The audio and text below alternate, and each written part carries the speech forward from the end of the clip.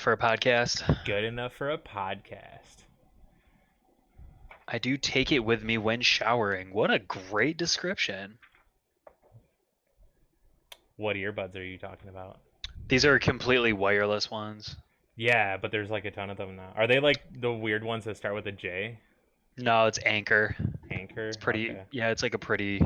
There's another one called brand. like fucking Joomba J-Buds? or something. No, not J-Buds. There's something else. I saw them today actually. I forget. I was watching like the GQ YouTube or whatever, and it was one of the dudes from Stranger Things. He was like, "These are all my essentials, blah blah blah," and he had like 2 sets of these earbuds because like the dudes near him, they wear them while surfing, so they like listen to music and surf because it's just connected to their Apple Watch and shit. Right. Which is pretty sweet actually. Let's see, where's the thingy? So I wrote down more. So I wrote down like toboggan / like Amnats and Deglow. Then we got like the Luna Kong, a dead eagle, Junior Worlds. I was thinking like even like doing stuff like this, talking about what's on like the PDGA's main page. Like I think that's a good there. idea. So like a good format, I think, is like, let's say we just talk about like what's like a couple sources that are current. Yeah. So like the PDGA, obviously it's like a current source of news all the time. Yeah. And then there's, what's the other one? Ultiworld. Yeah. Ultiworld usually has some type of, current thing, because these are bigger stories. Mm-hmm. So we'll be just giving commentary for like what everybody kind of, is aware of. Yeah. And then after we do that, then maybe we'll like branch off into our own little well, this is like the story that I'm seeing in disc golf, like, or this is the thing that I'm seeing. Well, and whatever. Ultimately, it's just exactly like what we do, just in general, because Pretty we much. do that anyways. So it's just talking about shit. And I mean, I usually don't like talk about like the PDGA. Like, I don't really care about it. Well, yeah, but like it's not necessarily the PDGA. It's just like topics of discussion because it's generalized. It's just they do like a good job of having like up to date stuff. Right. So we just. I mean, I'm just saying that I don't talk about like the feel good stuff that they're covering sometimes. Oh, It's right. not like No, what I'm totally. interested in. It's whatever. Yeah. But then so we go from that, go into like, oh, I saw this thing. This is what I think about the Z Lunas, like, because that's trending. Obviously, like on the message boards, it's trending on the Facebook groups, it's trending on the whatever. Yeah. And then from there, I think we're gonna just do a thing where we talk about like really fucking stupid shit that we see online. Yeah. Yeah. Just all the derps and the everythings, because there's all of them. like all of them. Yeah, I mean there's lots of stuff. There's lots of stuff fucking everywhere. Never ends. Trust me, it never ends. Yeah. I don't know. And then I guess the European or the President Cup's next week. It starts Wednesday.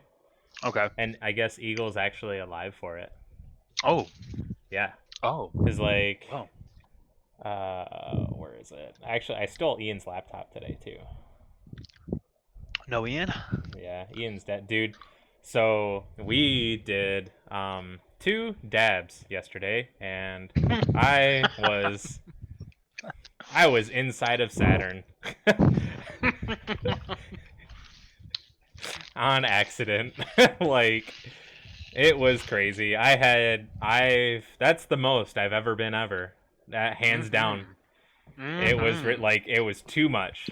Like, I sat there, I could literally, like, my brain, like, I already think like really fast, but that, like, I could actually, like, I sat there and thought about stuff for like so long, but for so fast. Like, I was moving through shit so fast. But even though like moving through all of it so fast, I was still like able to like have definitive, like, not like conversation, but like thought of it, and like good, bad, this, that, blah, blah, this, blah, blah, that. And it was crazy. And then I like moved on to other stuff, and I eventually like, I got onto like death for some reason, and I started having like a That's the major worst. freak out. Oh, it was Yep. terrible. It was absolutely terrible. As soon as your mind starts going there, game over. Yeah, it was bad. I was able to get out of it. I was sitting there, and like it was funny too because me and Ian were like talking, and then we'd pass out for a little bit, and then we'd get up, start talking. He moved across the living room, got his like yoga roller, rolled around on it for a bit. We talked about some shit. Passed out again for like 5-10 minutes, got up, started talking about some stuff, and then like passed out for good. Like, because it got to the point where it was like, I need to sleep, but it's weird if I close my eyes. So I'm just gonna stare at the TV, and eventually I was like, I'm just gonna close my eyes, and it's not gonna be weird. And then I ended up. One time I got so fucking high that, like, that's where I went. As I was like, oh, that would be a really good time to start thinking about life. Yeah, and it was the worst time ever to think about that. It is not in that aspect. It's crazy. Like there's goods and bads of it, and that was definitely not a good. There's definitely a bads. Just avoid it at all costs. Yeah, because it's just a disaster waiting to happen. Just oh, cool. And now I don't know if I'm real anymore. Yeah, just like that. I don't. Fred, do I exist? Hello? Nope. Because then it's like, well, I don't even know if you exist. So how are you gonna tell me you exist? Like, there's just it's bad. It's super. You're like those are levels of consciousness you don't want to be on. Yeah, it was crazy. I've never really been there, and I was there. It was not bueno. Well, all right. Next time there's 3 dabs. Nope, so. Definitely not. Definitely not gonna do that. That was the first time I've done that in like years. I did it one other time, and it was not even like a full day. It was like, it was a bowl with some wax on it or whatever the hell, or hash. I think I don't remember. All I know is it like I got messed up, but it wasn't to that extent. And I passed out immediately. It was like after one of the tournaments in Ohio, and I slept for the whole ride home, and it felt like I slept for like 5 minutes. Like, well, it felt like the time frame felt like I slept for 5 minutes, but the actual sleep I got felt like it was like many hours worth. Right. Same as like today. Like I woke up and I felt great. It was awesome, but yeah, I don't know. It was too much. How does Ian do that and then go to work today? Well, I mean, he wasn't like that going into work. Like, I don't. He was just able to get up and just move. Yeah. I mean, I always wake up good after like eating edibles and stuff like that. Yeah. Because the sleep I get is really good, and then I wake up and I'm like, yeah, feel fine. But like just getting tore up till all hours of the night, and then just being like, well, got to go to work at 7 a.m. Yeah, I don't know. Like we did that, and then we went to Arby's or something, like because nothing else is open. Like Tile Legend is right down the road, and that closed in like 3 minutes. And like, well, it's basically closed. Like, unless you're ordering like a half hour before, like it's I don't know. Right. I try not to do like if it's a half hour until close, like the kitchen's already starting. Oh my god. Fred, none of those words for podcast, bro. Fuck. Yeah, I know. That's fine. It's okay, because I'm already recording it for the podcast, by the way. Well, because I don't know like how to start it. It's just like a thing. Like it's just this is what it is. Yeah. I mean that is what it is. Right? Yeah. That's what these are. Yeah. It'll eventually become like more of like how other people have intros. I guess I just don't. You can have like a snappy little tune. Yeah, I'm gonna have the tune from the '94 Worlds. I'm gonna use that. Remember? Word. Yes, I remember. Yeah. I'll never forget that. Yeah, I'm gonna use that. And then that was the most sensational. Yeah, it's gonna be amazing. It's gonna be amazing. And then I don't know, like I was thinking just throwing these on my YouTube channel, just so there's like something there. Or do you think we should have like a new thing to have it somewhere? Well, I don't know. I think that double posting them is fine. Yeah. So I think maybe we create I don't know what you want to call it, there's all types of avenues. I think that like one of the things about the podcast is it's going to be a little bit uncensored. At least I hope so, and I hope it's gonna Well, be. yeah, it'll like, and that's the beauty of it, is being able to do that. It's just the what was it? I was doing research the other day. So there's a new like YouTube platform type thing called Library that's out. Mhm. That's like very brand new. That's kind of going in the way where YouTube should have been going or was going, and now is supposed to be like, you got to be like family friendly. Oh yeah, yeah, Otherwise, yeah. you get like demonetized and like striked and all this stuff. Even though it's supposed to be like free speech and this and that, but now because of like all like those big companies like last year were having Apocalypse. yeah, Yeah. the adpocalypse, where they were playing it on like a clearly like racist videos. So people are thinking like, oh, these support these like white supremacist blah blah blah. It's like, no, that's not. We're just like, we just want eyeballs on us, so people get our Right. ads. But now, So does that because of mean things that are going to be fringe are going to be unmonetized?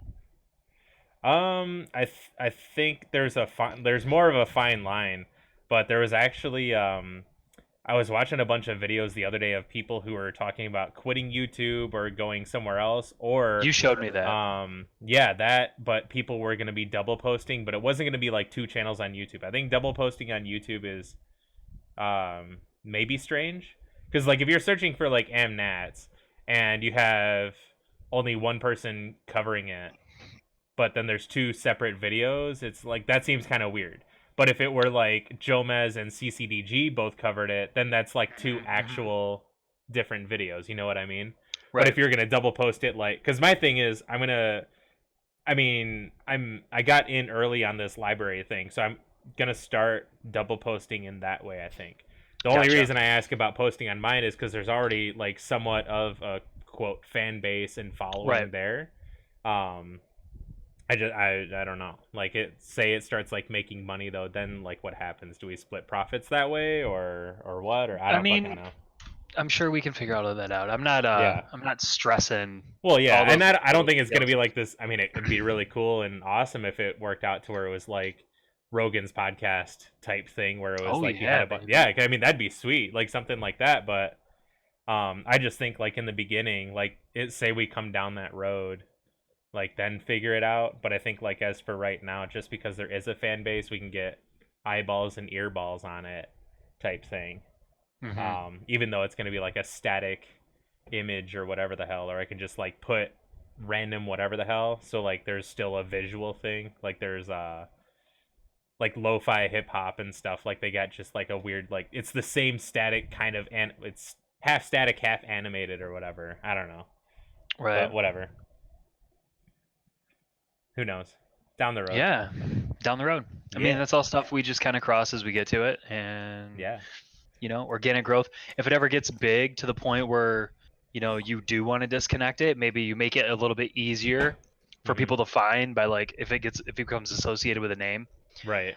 Whatever the name may be, you just kind of like migrate it over. Yeah. And then have it be its own thing. Yep. And then work from there. That way people can find it a little bit more easy. Yeah. I noticed that with there was a podcast that I followed, and they only posted on YouTube, which is the worst way to do it, honestly, because it's a kind of a gray area, and it's not even a gray area. They grow weed, and their biggest mistakes is that they tied it to this one guy, his YouTube channel, and there was a lot of people that would come on the podcast, like probably 20 different people, all at different. Like sometimes they'd be there, sometimes they wouldn't, but there'd be like 7 people at a time, and like you'd search for it and you couldn't even find it. Yeah. You'd search for like the name of the podcast, like you literally couldn't find it. And then sometimes like you'd have to go to like his personal YouTube channel. He was posting them there, but like then they wouldn't pop up for some reason. If you were just searching for the name, then of course like YouTube wipes all of them, wipes his entire channel out because it's a channel about growing weed, and then they lose all of it. Right. Like they lost 150 episodes of it or something like that. Holy jeez. Yeah. And my whole thinking was like, why aren't you guys ripping the audio from this and posting it on some type of, do you know what I mean? Yeah. Like whatever the podcast channels are, like they don't care what the content is for the most part, at least not to the extent that like YouTube does. And they're not doing it for monetization dollars. Like you're not uploading things on what's that one really big one actually? SoundCloud? Is it SoundCloud? I don't know what SoundCloud's it a is. big one for like music and stuff. I don't know about Is it? podcasts. No, maybe not for that then. But either way. Maybe like Spotify. I know iTunes is big, obviously. I mean, that's Yeah, something it that wasn't we can either do of those too. two. It was like another one where a lot of podcasts are put on. Yeah, but I mean, And I'm iTunes like, is why aren't something that you we could do where it's like, absolutely. even just like charging it $1, like just seeing what happens, or I don't know. Yeah, I mean, I think the value is going to be there. Like these talks, episodes, whatever, they're probably going to be an hour to 2 hours. Yeah. So I don't see us grazing things. You know, sometimes you're listening to a podcast and it's just like, really? Like 20 minutes? 30 minutes? Like, come on. Yeah.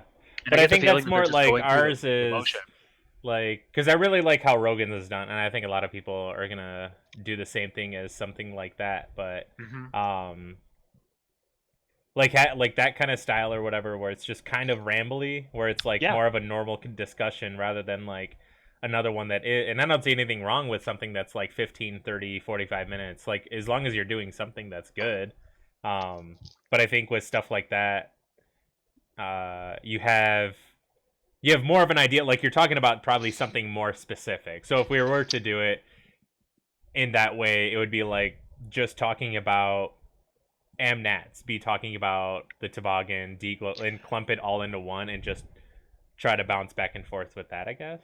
I don't know. I've always thought the shorter ones have been more about information, like really trying to get information out there, and that's why it's like efficiently like, okay, now we need to check this box, we need to check that box, we need to check that box on like one subject, and then it's like send it. Whereas, you know, the longer format ones, it's literally just a free flowing discussion. Yeah. And yeah, with like with some sort of like construct behind it, some sort of organization. Yeah, usually it's because person A is there for a reason. Right. You know, that's enough. And then it's just like, cool. And then you kind of graze into like some of the other information. Exactly. But then you kind of like get back out of it and then go off on a tangent and then kind of maybe come back a little bit. Yeah, go on whatever it is. So Steve. I don't know. But speaking of which, so I talked to I talked to Jake and I talked to someone else, I can't remember, about Deglow with the whole like Minicucci being on a boat and this and that, and Paul making a post and blah blah blah. Matt Aller. So I played Aller's Acres and it's really fucking awesome, by the way. Yeah. I think you would really like it. I took Dan out there and Ian out there yesterday. Yesterday. And it was a ton of fun and they really liked it. But so is it just like a whenever you want type of thing now? No, it's not. It's still a private course. You have to message them and like get the okay and everything, but they really liked me and they allowed me out there, and I think I can kind of take whoever I want out there or whatever. Right. But anyways, like it's a really cool course and really well manicured, and legitimately like you can shoot in the 60s like easily. It's kind of crazy. But anyway, so I was like talking to them, and when Jake and I went out there the first time, so 2 days on Sunday, right? Yeah. And we were talking about it, and I guess Macbeth actually apologized for his post and everything, like and the award ceremonies because of whatever. And apparently, I guess he made that post like really early on in the tournament, where like it's, I guess, in the okay period for not everything to be like done and set up, because it was like a week before the tournament even started. And then I guess there was things out of his hands that he couldn't control, which is why he was, I mean, one, it was like 4th of July, so yeah, obviously go out and party with your friends and whatever. So I think people were like kind of blowing it out of context. And then two, a lot of the other things, like I guess Jake said there were caddy books. The only thing that wasn't actually in place OB wise was like one rope or something, I guess. Like I think it was just vastly over dramatized, and I don't know. Like, I don't know what's going on. Like, I don't know. I'd like to talk to John about like what happened, but I'm sure he's pretty burnt out on it anyways. Because Jake was saying that him and Chris Leo. I think this is Chris Leo's actual last year of TDing, which is crazy because he's only been doing it like only 5 years. 5 years is a pretty long time, but I think relatively short for like tournament directing, from going from like start to finish. Mm-hmm. And then I guess this might be John's last year too, for kind of the same reasons, for it being like a relatively thankless job and all last that. year TDing for NTs, For A tiers, or I think just for tournaments altogether. I think. I'm not Wow. sure. I don't know. Like, this is all hearsay from like he said, she said, he said, she said. But like it's hard to know without actually like talking. Like I kind of want to like talk to him to see what really went on, but apparently from Jake, who was actually in the tournament, and Matt Aller, who is a spectator for the tournament,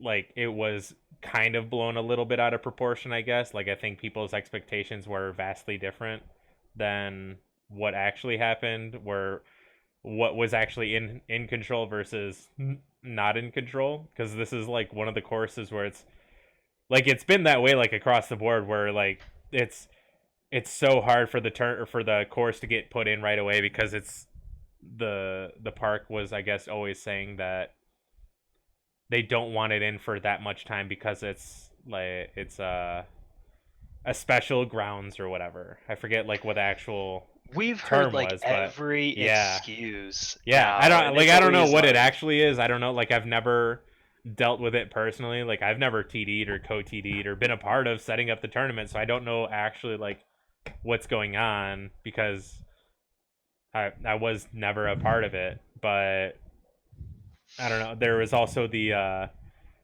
Matt was saying that because he was a spectator, where they were actually turning people away, but I guess one of the guys who was in charge of it there was some sort of miscommunication, where there was, on paper, there was enough people, so they were turning people away, but also the fact of like, well, once you like, I think the big thing was the allotment of discs they were allowed to give to spotters was not enough to compensate for all the people who wanted to spot, so they ended up turning people away. But then that became, if Discraft really wanted to, they could throw a fucking baller tournament. They could host Worlds. They could what's a disc cost them? And I was telling, like, we've had this discussion where like without labor, like it costs like pennies on the dollar to make a disc, basically. It's just you gotta pay the dude operating and this and that and whatever, you know what I mean?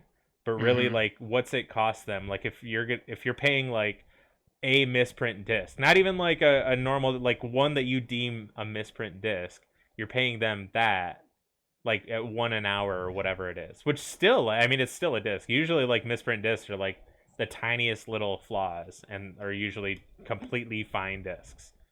But I guess they didn't want to like dish out that kind of money, like, quote.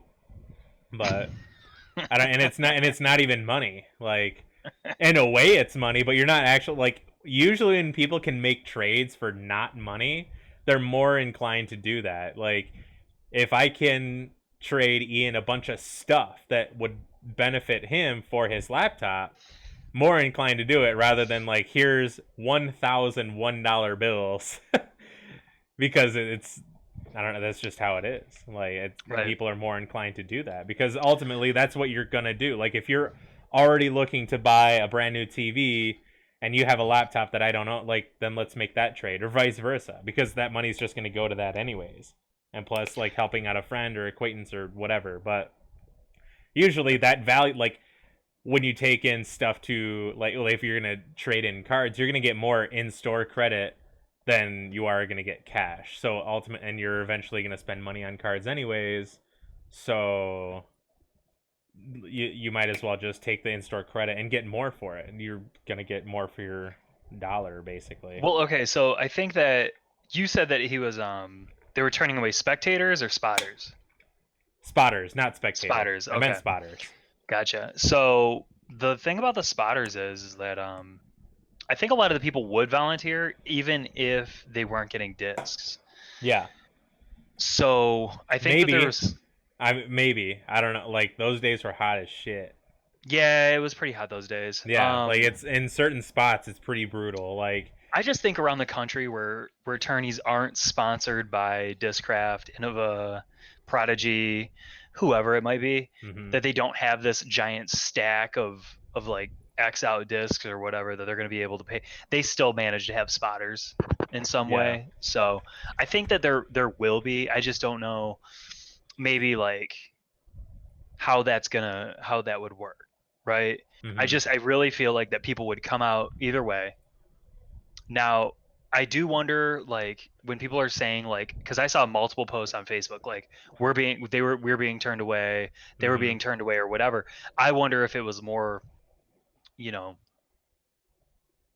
maybe a miscommunication, or maybe that's what it sounded like entirely. Because Matt, he was one of the spotters there, and he was saying like they were legitimately turning people away because on paper it looked like they had enough, and there was like a certain like, and just like paraphrasing because I don't remember exactly what he was saying. I'd have to like hear him again or have him say it, but it sounded like ultimately it just sounded like it was just a weird miscommunication, and on top of like it was basically people on paper were coming in to check in, and then instead of like going to their holes, they were just leaving.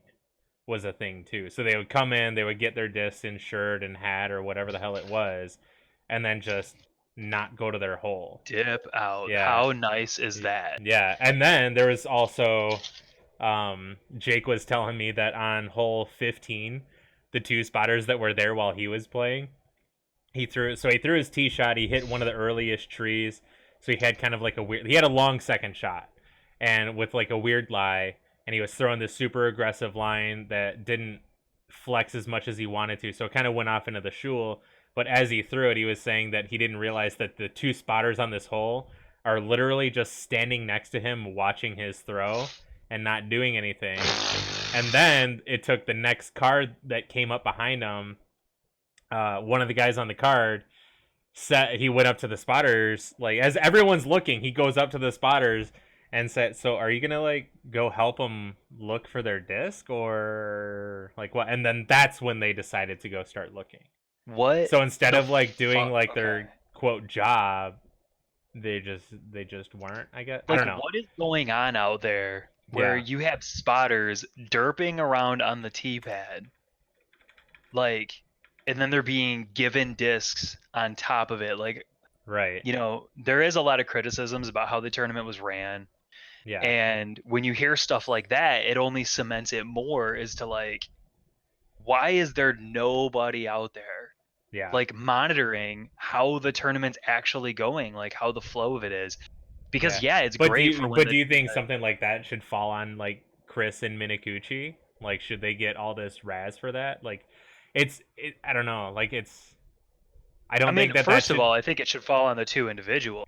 But it's also the same thing where if you run a business and somebody fucks up something, like they did it, but somebody ultimately is responsible for it. Like being in the restaurant business or whatever, like the manager or this or that, like they're always like, I'm sorry, like even though I didn't like mess up this order, I'm gonna compensate you for this because of whatever happened just for like, you know what I mean? It's not like the same thing, but like is that how that should be handled? Or like do you have to somehow have like test someone's validity for being a spotter and the ability to or something? Or should you have like I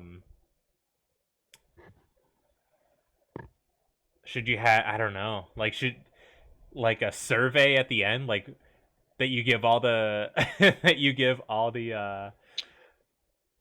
like all the players, like how was the spotter on hole 3, like rate them 1 to 5 or something, like leave them a review or something. Like, well, I mean, I just think weird. That any TD or there should be some members of the staff that are literally like they're aware of like what's going on the course, right? Because the one thing that I can say too is having played like some of the other bigger tournaments, I have seen like actual officials like out there just roaming. That's Like they how, just yeah, go that's and what I roam. expect is I expect people to be So roaming around. And I'm not saying that the TD, like the main guy, actually, he probably should be roaming, but mhm.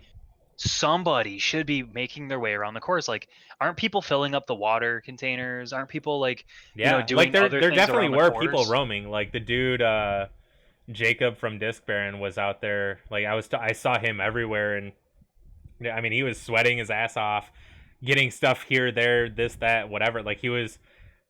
I don't know if he was just helping or if he was a part of it. I mean, he was definitely a part of it. I just don't know like to what extent.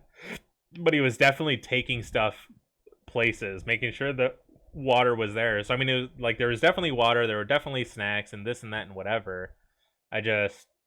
I think maybe the making sure that spotters are spotting is kind of Yeah, that I too. mean, I think like probably you're talking holes like hole probably 3 is mm-hmm, a big one. You're talking hole 15, like you said, probably hole 12. mm-hmm. Um, these are holes that like spotters should have been explained like, okay, you're spotting on hole 15. You need to be standing roughly in this area. Yeah, Like, I mean, the spotters should have the intelligence to begin with to know where they should be standing. Considering they broke the hole so bad for this tournament, we're going to get to that later, but they broke the hole so bad for this tournament that if you didn't figure out where you should be standing within the first 3 groups, like you're so brain dead, you're drooling on yourself. It's right. like it's plain and simple. Everybody's throwing a pitch hyzer on the hole. Yeah. Nobody is throwing bomb. And what are you going to see from the tee pad anyways? Like Mm-hmm. there's no vantage point from that tee pad as it is. It's the most junk, overgrown hole On which on hole that again? course right now. You said 15, right? Yeah. Yeah, there's So like all the like the spotter. There should be one at the corner and then one like in the pathway from hill to hill towards the bucket. Like I absolutely, think that's where they absolutely. should Like be. it's just shocking to me to hear that like, and people actually, shame on Jake. If you said he was the one that threw, like shame on him for not calling out the spotters. Like you Oh don't have to yeah, but it insult was them, he was but you need to be also like, hey man, like, are you guys gonna go ahead and go up there and then we'll throw? yeah, but he didn't realize it. Like I know that a lot of it too is he was getting worked by a dude on his card uh like just saying like he was calling him out on rules that he wasn't even sure. Like he said something about Jake threw a putt. He was like edge of circle inside of the circle though. He threw his Mm-hmm. putt, established balance, and as the disc was flying, he walked to his disc. Like he knew that he made it or whatever after showing balance and everything. He didn't like Yeah, yeah. throw his putt, so he's completely good. And then he came up after and was like, "Hey, just so you know, like you can't do that, basically." And Jake was like, "Well, but I have to establish balance and blah blah blah." And then other dude was like, "Well, I guess I don't know what I'm talking about." It's like, yeah, I mean, if you don't really know, like if I don't know, maybe sometimes people know a rule and it's like, okay, you read it wrong and you've been stuck with that for like eons or whatever, and then finally like, oh, I actually don't know what I was talking about. But Jake got like worked up by that and then did this, and it wasn't until after he was throwing he realized that like there are spotters on this hole and they're next to him watching him throw his Oh shot. my So instead of saying, god. and like Jake's like temperamental or whatever sometimes, Yeah, and yeah. like it was like he's not gonna say something, he's just gonna like mutter under his breath or It whatever. sounds But to me like the spotters were more interested in watching players tee off on 13 and 14. yeah, then they should have just been like a spectator. Right. Yeah, Well, I mean, they probably thought in their head, yo, bro, free discs. yeah. We'll get free discs. Oh, We get to sit totally. here all day. We get to see people watch Yeah. watch them tee off on an ace run hole But the and thing is the like you bomb still hole. get to watch them throw. You're at a different vantage point that Yeah. spectators don't get to be at, which like you're in a quote like better spot. I don't know. That's like the crazy thing. I don't know. I totally think that's the case too, and I think that's totally viable. Like, dude, I get to stand here and watch discs and get paid in discs for it. I think it's totally fine, but just all you got to do is walk yourself over to where discs like land, and then just Especially on 15, where yeah, like literally almost every shot that I saw all weekend, mm-hmm, um, all the shots that were in play and where players were aiming was in 2 foot of just shit. Yeah. Just straight shul, as thick as it can be. Like that's the landing zone. The landing zone isn't even in the short grass on that hole. Right. The landing zone is literally in the shit.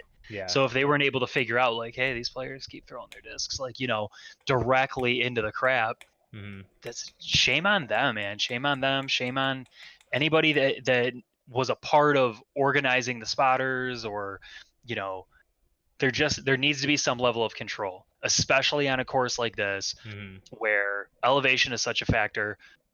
Kensington, they don't want to cut out the course as well as it needs to be, and that's an integral part to make this tournament run. Like, because I heard stories about players taking strokes and then finding their disc, or losing discs that should have been easily found. I've heard a couple stories about that.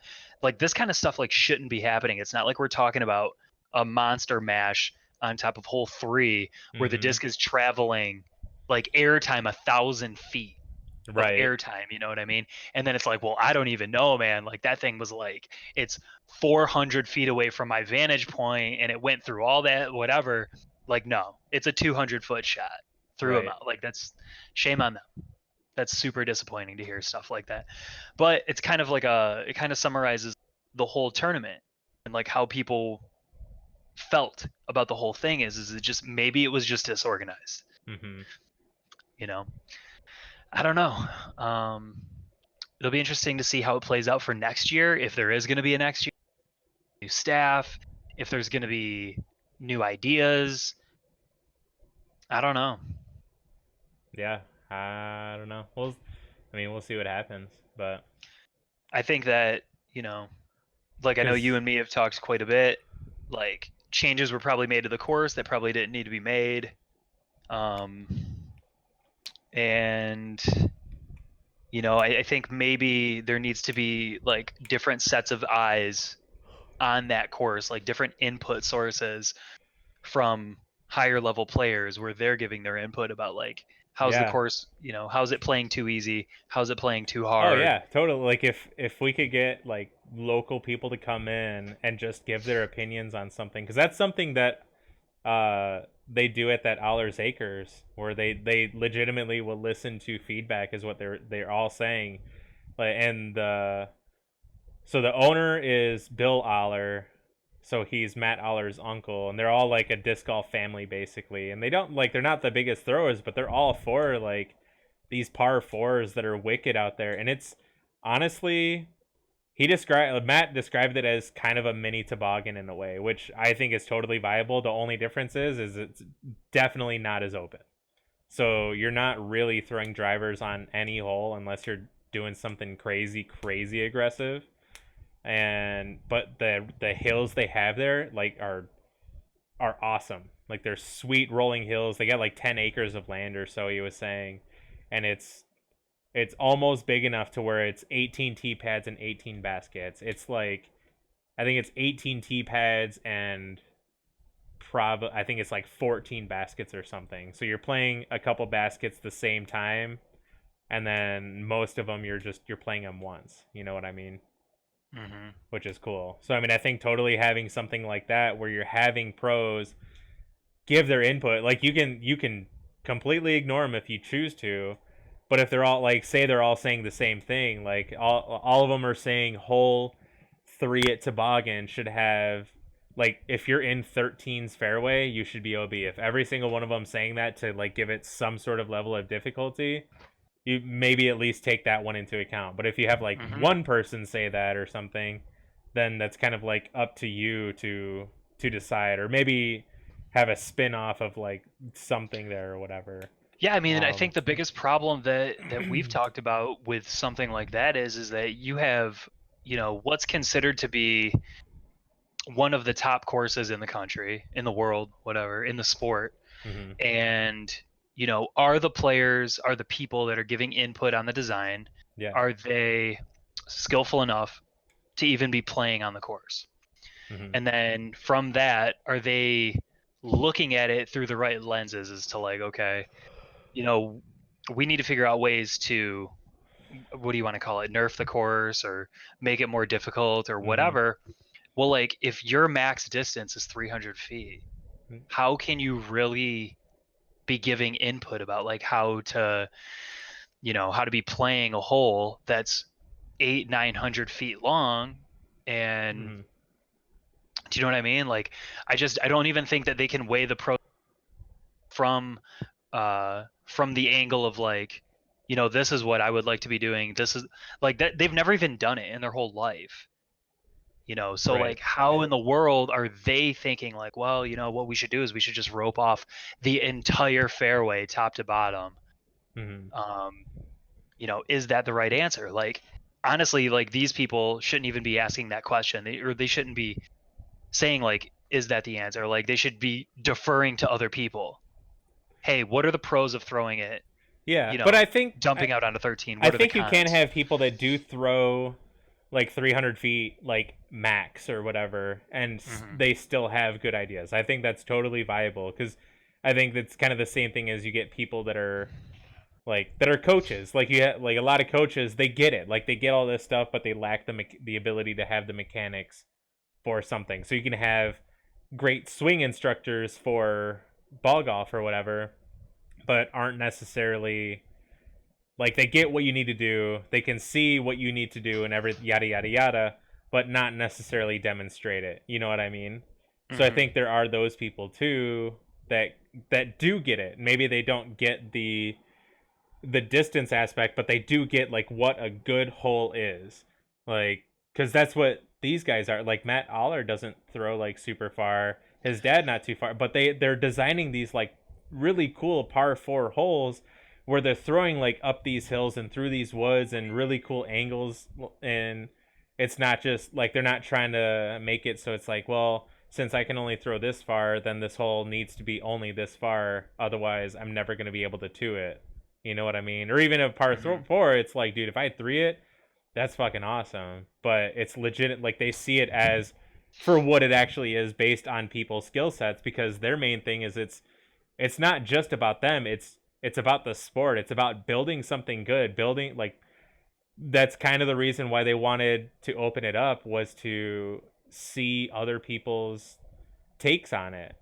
And I guess the when I was talking to them, so I was talking to Bill and Mark, and they're the brothers, and they played with me, Dan, and Ian. And afterwards, it was his Bill's wife isn't like too into it, but she's all for like nature and being like super hippie lady is kind of like what I understood, but loves nature and blah blah blah.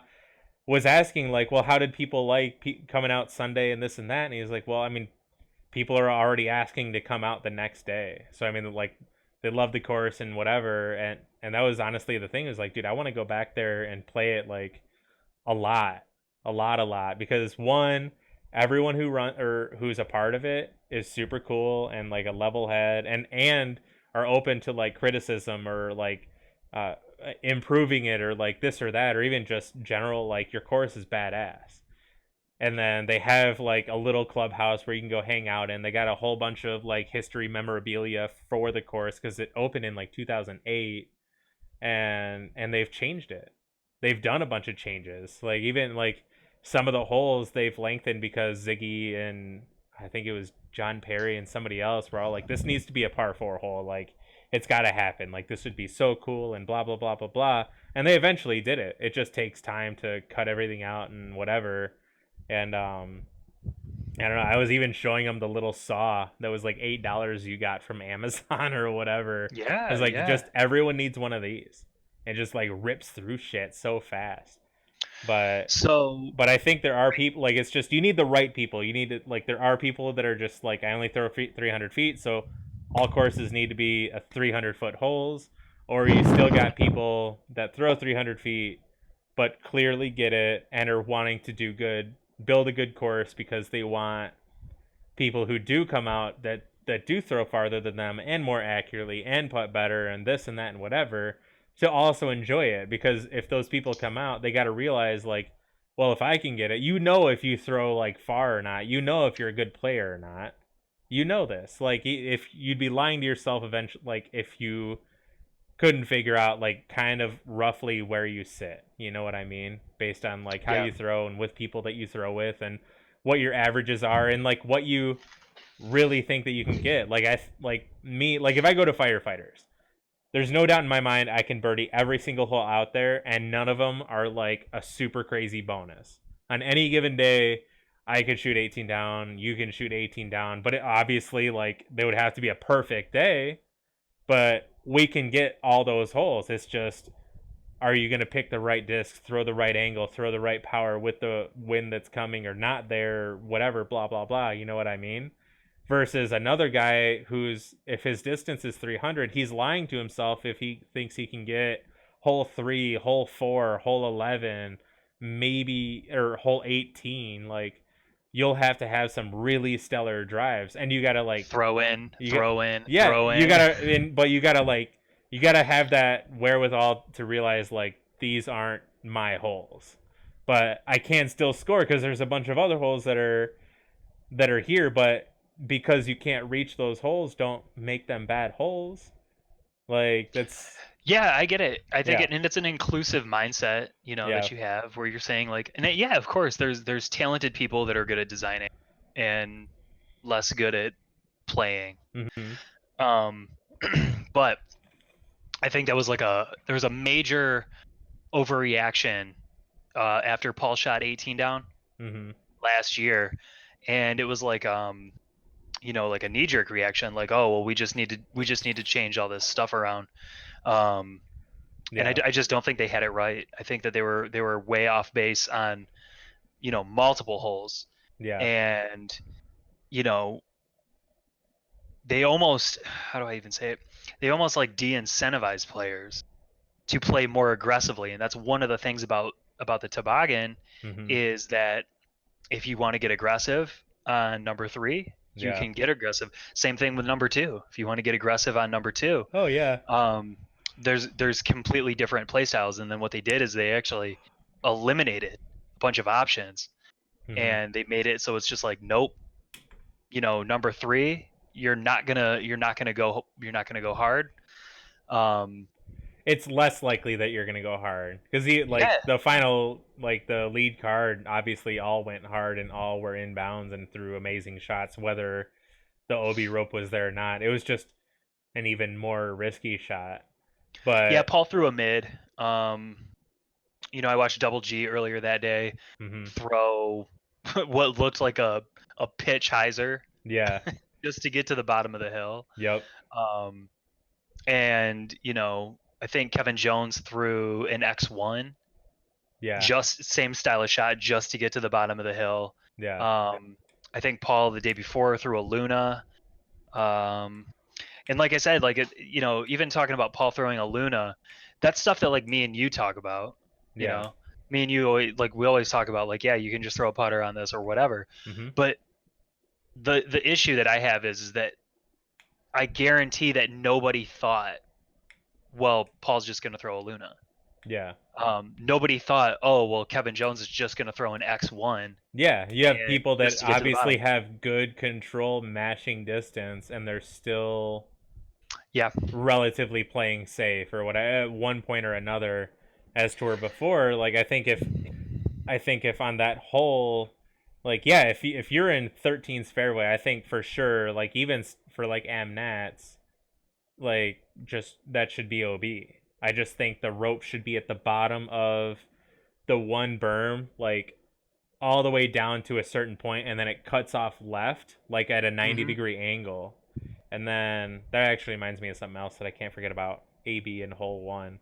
Yeah, that was amazing. But the other thing on hole 2, like I almost really liked that change, but I think the basket should have been in the center of the hill versus where it was. I think where it was really wonky looking and didn't really bring the hill into play. Even though like the hill was still totally in play, but even literally like a foot away from the basket in one direction, you're still in like all this crazy stuff. Like there's no chance your disc is going to roll away on that. I think that's what they were trying to do, was like have more of a scary putt where crazy stuff can happen, and you put it in a spot where that's not necessarily going to happen. They nullified like 50%. Yeah. But if Just it was all to the right, I think if it was in the middle, then a lot more of that had chance to happen. And I guarantee that probably would have happened much more, as to where people were probably playing to the viney, super catchy shit because they knew, like, there's literally no chance of it rolling away. If it rolls away, that's a 1 in a million thing. Like, rollaways yeah, are... you saw a couple that started to roll away and then they got picked up. Yeah, exactly. Yeah. So I think, like, if... I don't know. Like, I kind of like that change, but I also miss it being a par 5 in that aspect. So I think that maybe the tee pad should be moved back, like, 50, 60 feet or something. So, like... Well, what about this as an option? Is taking that basket... If you're talking you want to keep the hill in... that's great. Yeah, because I think that's a lot cooler than where it was. That kind of keeps it, like... I don't know, like a different kind of skill type by it, because instead of... I'd rather see the basket 80 feet to the left of where it was in the old position if you're going to have a shot where you're on the hill, yeah, and you're throwing up blind, instead of having it was so easy to frame it to the trees up on the top of the hill. Yeah, or even not even 80 feet left. You could have it, so if the basket was where it was at, and you have the 30-foot circle, put the basket like directly left and put it at that circle's edge, and have that like that could be super cool too. Right. Like, right. I think where it was just a little bit lackluster. But still saying though, getting the eagle on it still feels really good. And I bet you if we go back and look at the absolutely. numbers, it would show that not that many people were taking eagle. Yeah. And this is more of like a newer thing too that's going on. Like you're having a lot of players just that have better distance and better control. Yeah. This is a newer thing that's been going on in the last 5 years. Look back a long time ago, that was a very rare thing. Now it's becoming a little bit more current, but I still think in the old position it was still a tough eagle, because your positioning on the drive had to be so good. You could look at the last... What is it? Okay, so Deaglow's been there the last, like, this year and then 2 years prior, right? And then... like 2013 or something? Well, no. Before that, yeah. Yeah, so, the last time since the new, like, revamp of Deaglow? Yeah. Yep. So if you take last year and the year before, because that was the old pin location, and so you take those rounds and AmNats for those 2 years, like, how many threes were there on that? I would bet less than 10 out of, what, 3, 6, 9, 12 rounds? 16 rounds, whatever. Right. Or 15 rounds, whatever, and math is hard or whatever. But I would say it would be less than 10. Less than 10 eagles. Yeah, probably. But, like, and also, like, how many birdies and how many bogeys, though? Because people can bogey that thing so easy. I've done it. I've watched people do it. It's not it's not hard to do, because you do it dumb off the tee. You saw it in the lead card final round. You saw Ricky do it at AmNats. Like, he got all like super amped up and ripped it off to the right in the woods. Like, dude, Jones threw it directly into the woods on lead card. Like, so it's not some tame thing. Like, the way you place that tee shot is so critical to you. Like, either you do it and you land in the perfect spot, which you're going to be let's say 80 feet from the bottom of the hill, and you have to be like in the open. Yeah. Just because the elevation, like the slopes are so extreme. If you're too far left, that giant bush catches, like, it cuts you off completely, where you're not going to get anything up the hill. Yeah. So if you're not in like a 50 feet landing zone, 50 by 50, you're not getting it. So, like, what, how much of the field is going to throw shy? It's still really small, and it's still a super tough get. And that's one thing that made the hole so awesome, is it was a gettable eagle. Yeah. It was just getting to the point where it was a little bit too gettable. For some players, I think is the real issue is for some players, it did feel automatic. Yep. To an extent, where it's like, if you're in the right spot, it's like, I'm going to get this. Yeah. Like even still, like it's tough. Like I still haven't threed the damn thing. Like yeah, it's hilarious. Like I feel like by now I should have, but every time it's just I'm never setting up myself. Like I don't either have like a good enough drive or the drive that is good enough. My second drive I mess up like Wait, did you say pretty you've never poorly. gotten it Yeah, in the old placement? Come yeah. on. I've never threed it. Yeah, so I've I been told close, you like when I but did it. yeah, Yeah, like I played the hole over and over again yeah, just to prove to myself that I could get it. yeah. And it had to be like, because like sometimes you just have to do that. You really do, like, because in your head it does seem like this big magical thing, especially when I did it. It was like forever ago. Mm-hmm. You know, we're talking. Yeah, and I think it's the same rule Probably as 2013 when yeah. D-Glow was there last. I think it's the same rule as 13. Like 13, like it's far. It is far. It's like I mean it's 517, like flat ground, like reachable, but with all that elevation, it's like a 600 plus foot shot or something to get to the easily. basket. But getting to the top of the hill, like even the Cody Parsons and Brandon Oleski when he won in 2017, like not necessarily like big distance throwers. Like they do have distance, but like they're still getting up there. But the thing is like I think it's just all about disc height and angle to get up there. Like if you have it like at all like nose up throw like and throwing it uphill, like it's gonna eventually stall out so hard where it's almost gonna be coming backwards, or it's just gonna get to where it gets and then it's just gonna helicopter down. Because like and that's the same thing with or not the same thing, but Kyle mushed on 17. Like he got to the base of the hill 2 rounds in like a row or something, or 2 of the 3 rounds at least. But then on 13, both times when I saw him throw, like wasn't that close to the top of the hill when clearly he's got the distance to do it. It's just you were talking about Klein. Yeah, like he's got the distance.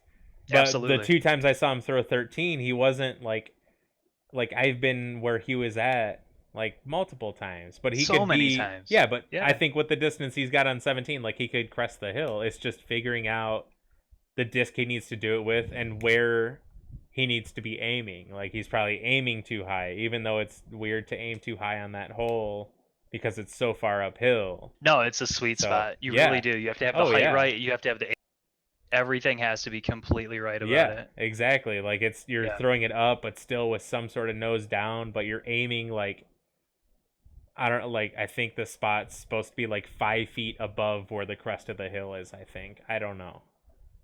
But so looking back on, I'm looking at Amnats. Yeah. Just for instance, because we're talking about hole 2, there is 0 threes on round 1. And that's this year? That's this year. Okay. There is 0 threes on round 2. Mm-hmm. And that's funny too, because now that I think about it, the Am players played 2 harder holes than the pros did. Yeah, and there's 0 threes on round 3, so that hole was once during Amnats this year. Yeah, but how many birdies and how many bogeys were there? Oh, tons of birdies. Yeah. Tons of birdies, and I'm not going down to the depths to look at all the bogeys. Right. Not interested. But yeah, so I mean, they played a harder hole, which is hole 2, and then they played hole 6, which was also a harder hole for them, because they didn't have the Mando. Even though people are probably going to be like, well, hole 6 was actually harder because there was a Mando. But if you missed the Mando, you had an easier second shot, well, technically third shot, I guess, to the basket versus being like off to the left where your shot would like you could get up there, but you had to throw like an amazing shot. But chances are like you clip something or you hyzer out earlier or you turn it over or vice versa. Yeah, the part with the Mando tree is where like you usually don't see Mandos placed like that. Yeah. There's no benefit to the Mando being where it was placed at, because like you're usually like something like that would mistake. Something like that would be right off the tee to like you have to play this hole this way because the hole is clearly this way, but then there's some dumb where somebody's like, oh, I can just throw a hyzer around this tree from the back right side of the pad or something. Or sometimes mandos are put in just to make a hole, like just to give a hole shape that otherwise it would just be mind-numbingly easy. Right. That's what I'm saying is like right. there's even a hole at Aller's Acres where it's designed to play down this alleyway where you have to throw like a high stalling anhyzer to get to the basket or throw like a blade skip shot sidearm type thing. But if there was no mando, everyone would just throw over the water on like a spike hyzer and get there. I mean, the hole's only like 160 feet, but the hole was designed to play this way, so they put the mando there for that reason to play like what the hole was designed to be. Mm-hmm. So I don't know, like that's like a mando thrown in there for fun. I mean, I don't know. It was just super weird, and especially when it was pointed out, where it's like, now that he's got to go to the drop zone, I think it was like Melton or something that had to go to the drop zone. It was like Barella, I think. Maybe it was Barella. I don't remember, but it was one of them. I remember it was one of them, and that shot was significantly easier. Granted, he took a stroke to get there, but it was like you negated how bad the first shot initially was because of that.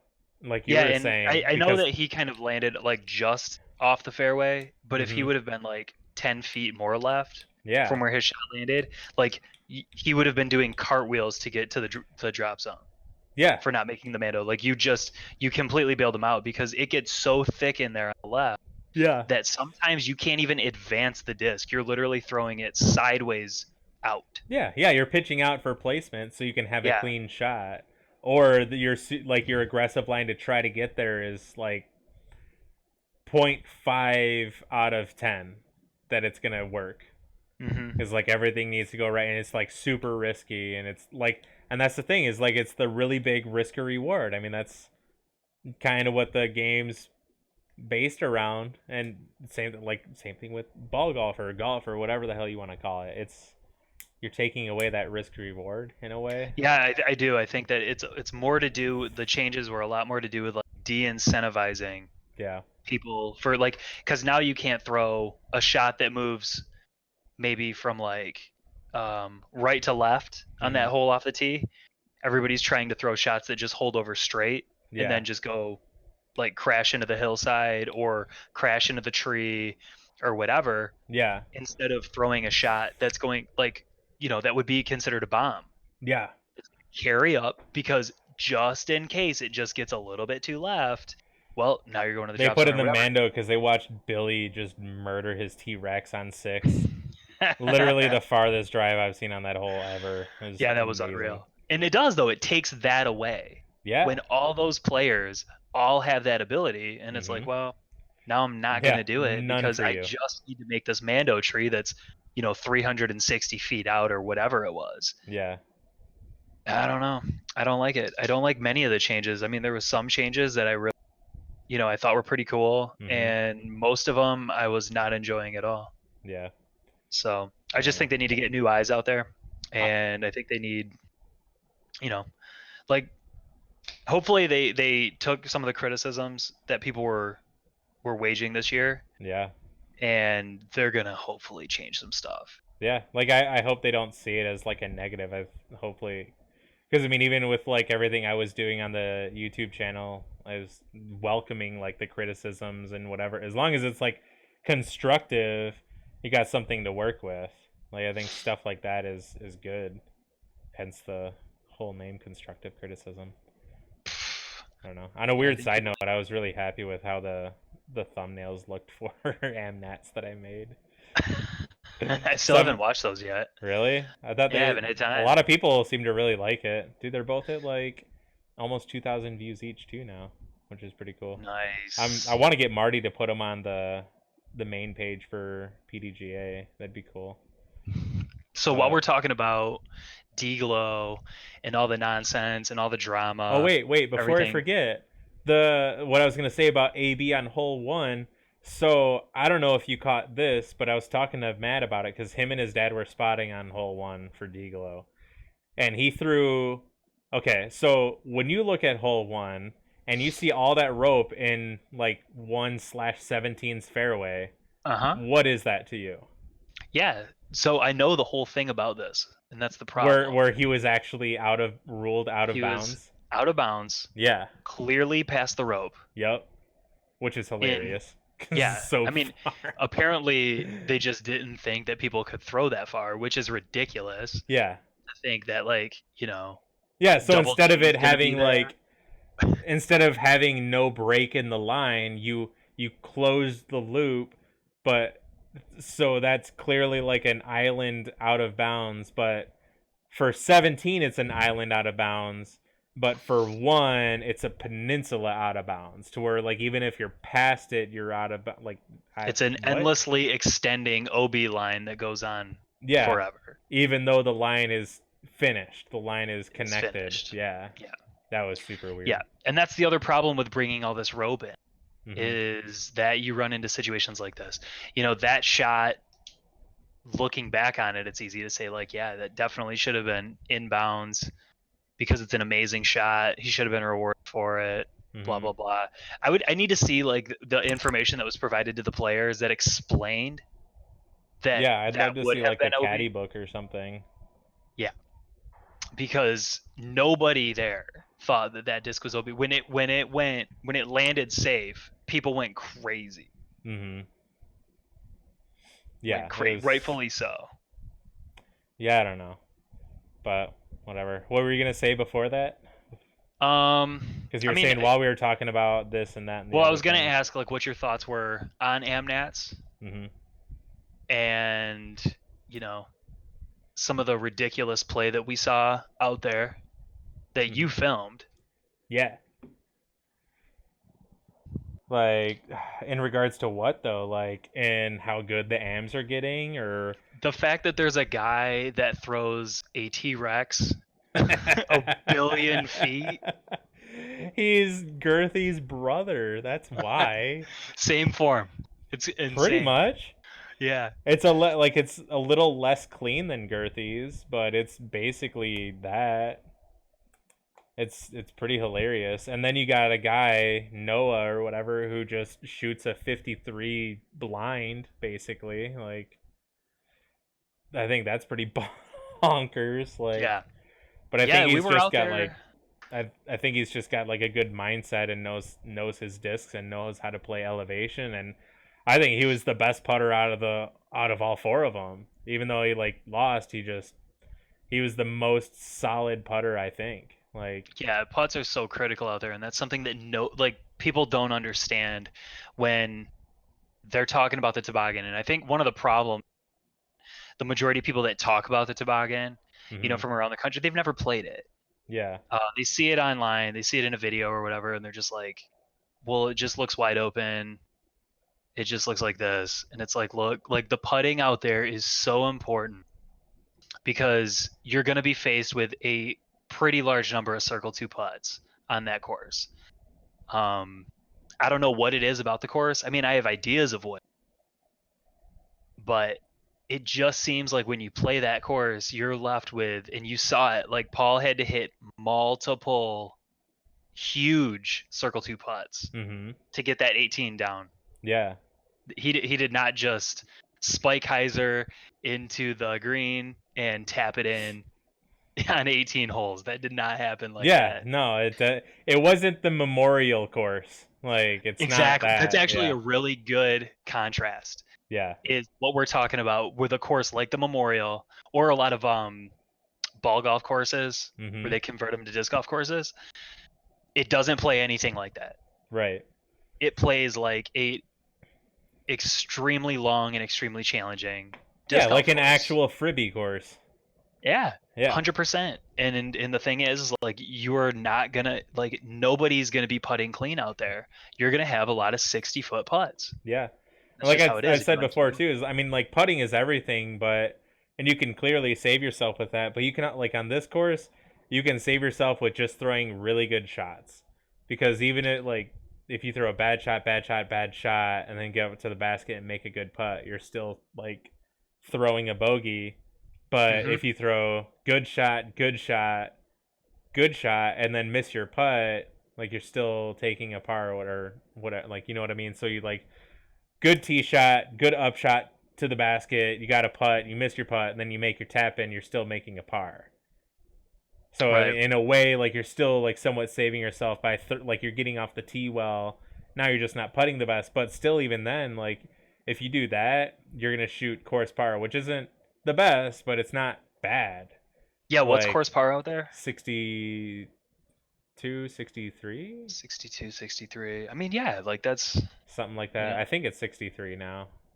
I would say for most golfers that think they're good, Mm-hmm. if they shot a 63, they would be. Yeah. Oh yeah, it is 63 because of hole 4 being a par 4. Yeah. That's why. Yeah, I don't know. I don't know. I really like the course. I think that. I mean, it's definitely easier now that they brush hogged all the craziness. Well, it's coming back, so don't worry. Oh yeah, it's definitely that because it being Russian olive and invasive and all that stuff. It's coming back. I don't know. It's crazy. Have you seen? Okay, so go to the Discord and go to the like the social media disc golf one, and look at what. 7 top left. What? I don't care about you, Clyde. Look at the Disc Golf Pro Tours box wall thing. It's kind of hilarious. Where is this even at? I'll tag you in it. It's on the left side. It's underneath where we're talking at under socials. It's got the finger pointing and disc golf. Oh yeah, I gotcha. Okay. Yeah, and it's like the last video. It's the most recent one on there. Disc Golf Pro Tour, virtual box. Like I watched it, and I'm not really sure what happened.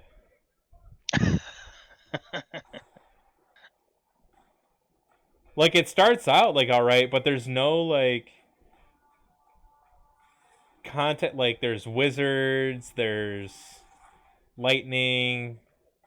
Steve says buy a box. Then there's Zuka in there, and then there's Keen. Mm-hmm. I don't know. I'm rewatching it again right now because I don't. Yeah, I'm trying to figure out what this even is.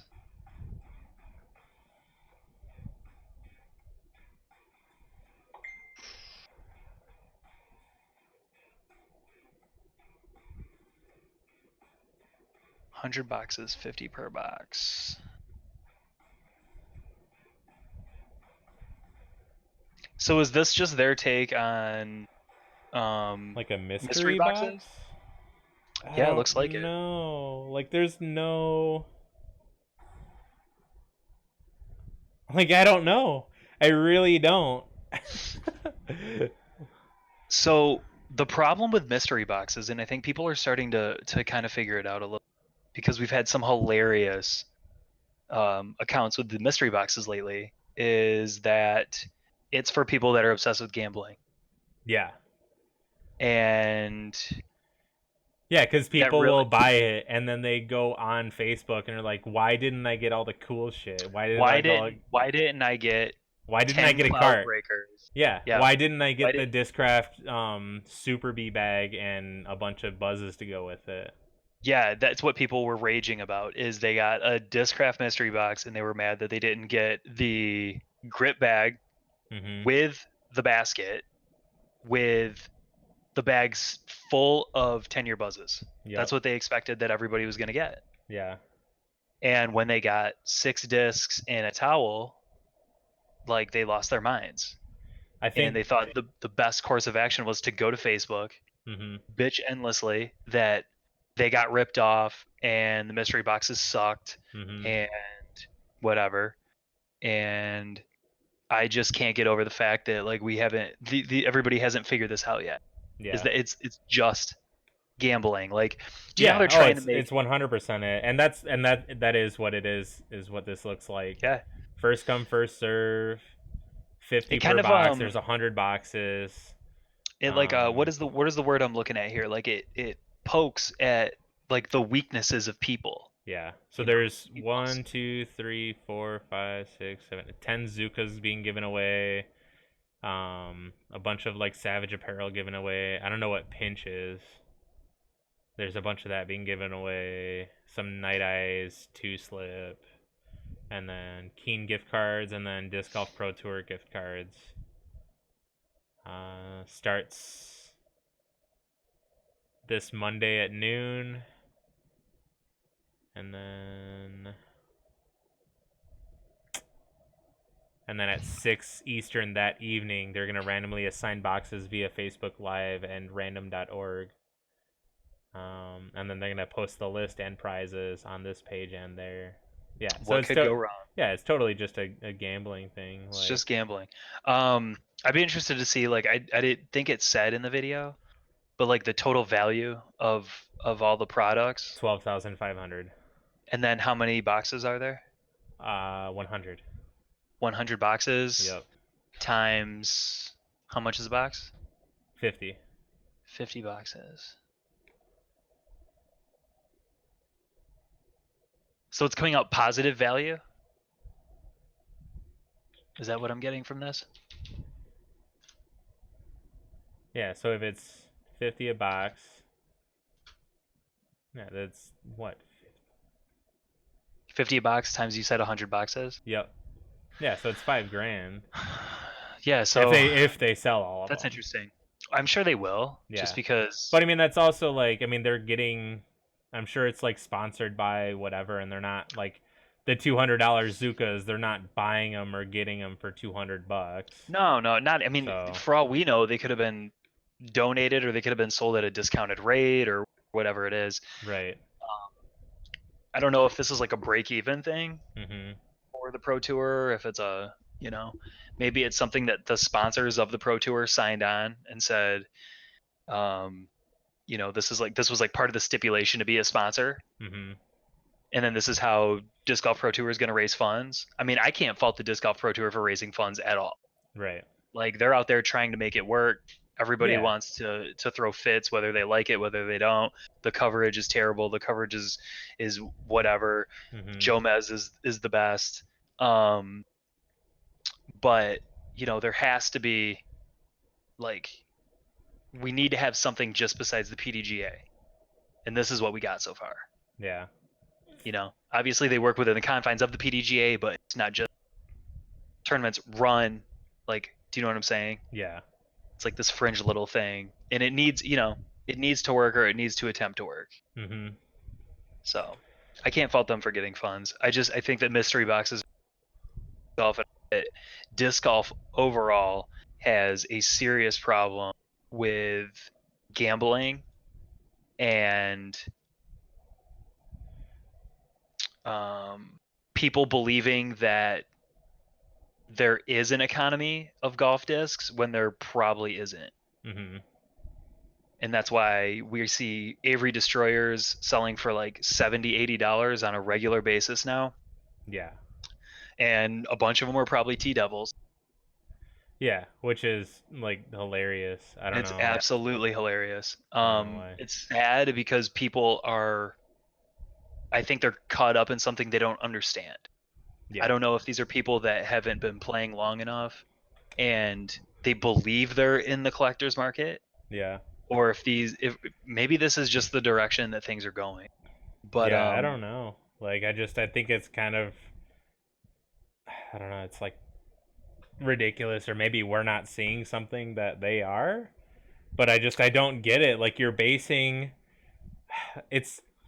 my car goes super fast because I got a sticker that says boom on it or something. Like, no, it's like what it's built out of is what makes it go fast. You could have bird shit all over it, but it still doesn't change the fact that there's like a giant blower motor like in the car. Like, it's hilarious. I don't know. Like, that's kind of like how I see that in a way, where it's like, I don't know, like what CE is versus what Champ is now is like, Champ now is like the new Camaro, but then the CE is like, you got a really fucking nice like 67 Camaro SS that is like super nice and built, like, I don't know, like that's kind of a way that I see that, where it's like, you can have that, totally. You're gonna have to pay a premium for it, yeah.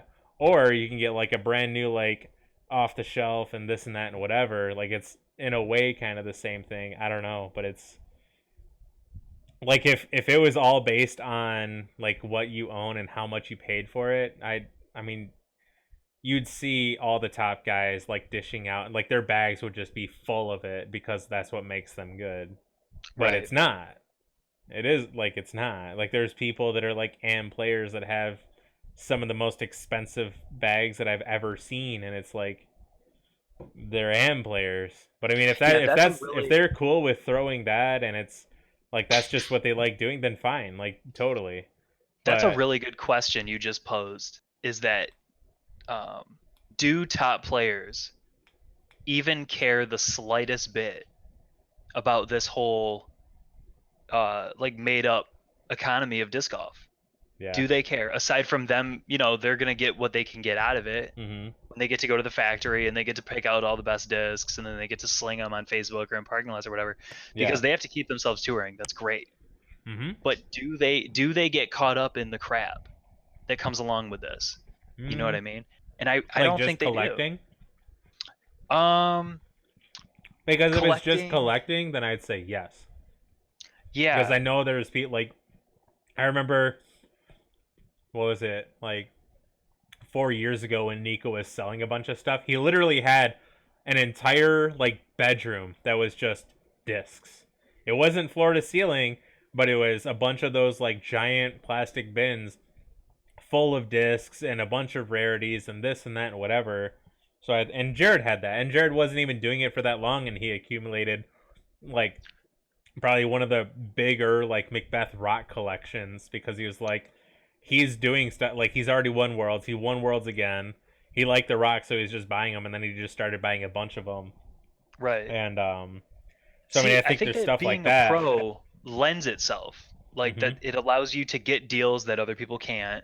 You know what I mean? Like people are willing to come off of collector items and stuff like that. But like, I don't think that they're doing it the same way that these people are. I don't think that good pros are buying $80 Avery Destroyers to throw them. Like, yeah, I mean, maybe they're not even buying Avery Destroyers at all to collect them. No, because looking in the scope of things, an Avery Destroyer should not even come close to the value. I think they would be buying Avery Destroyers to sell to the people that will buy them for $80. Yes. I think that's what they would be doing. I think you're 100% right on that. Yeah.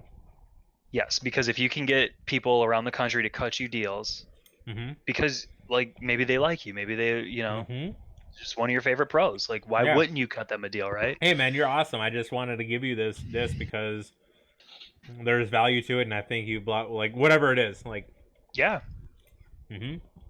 Yeah, and I think that that's kind of their part of the market. I just think that people are so wrapped up in like apparently Lunas are worth $100 a piece now. Sure.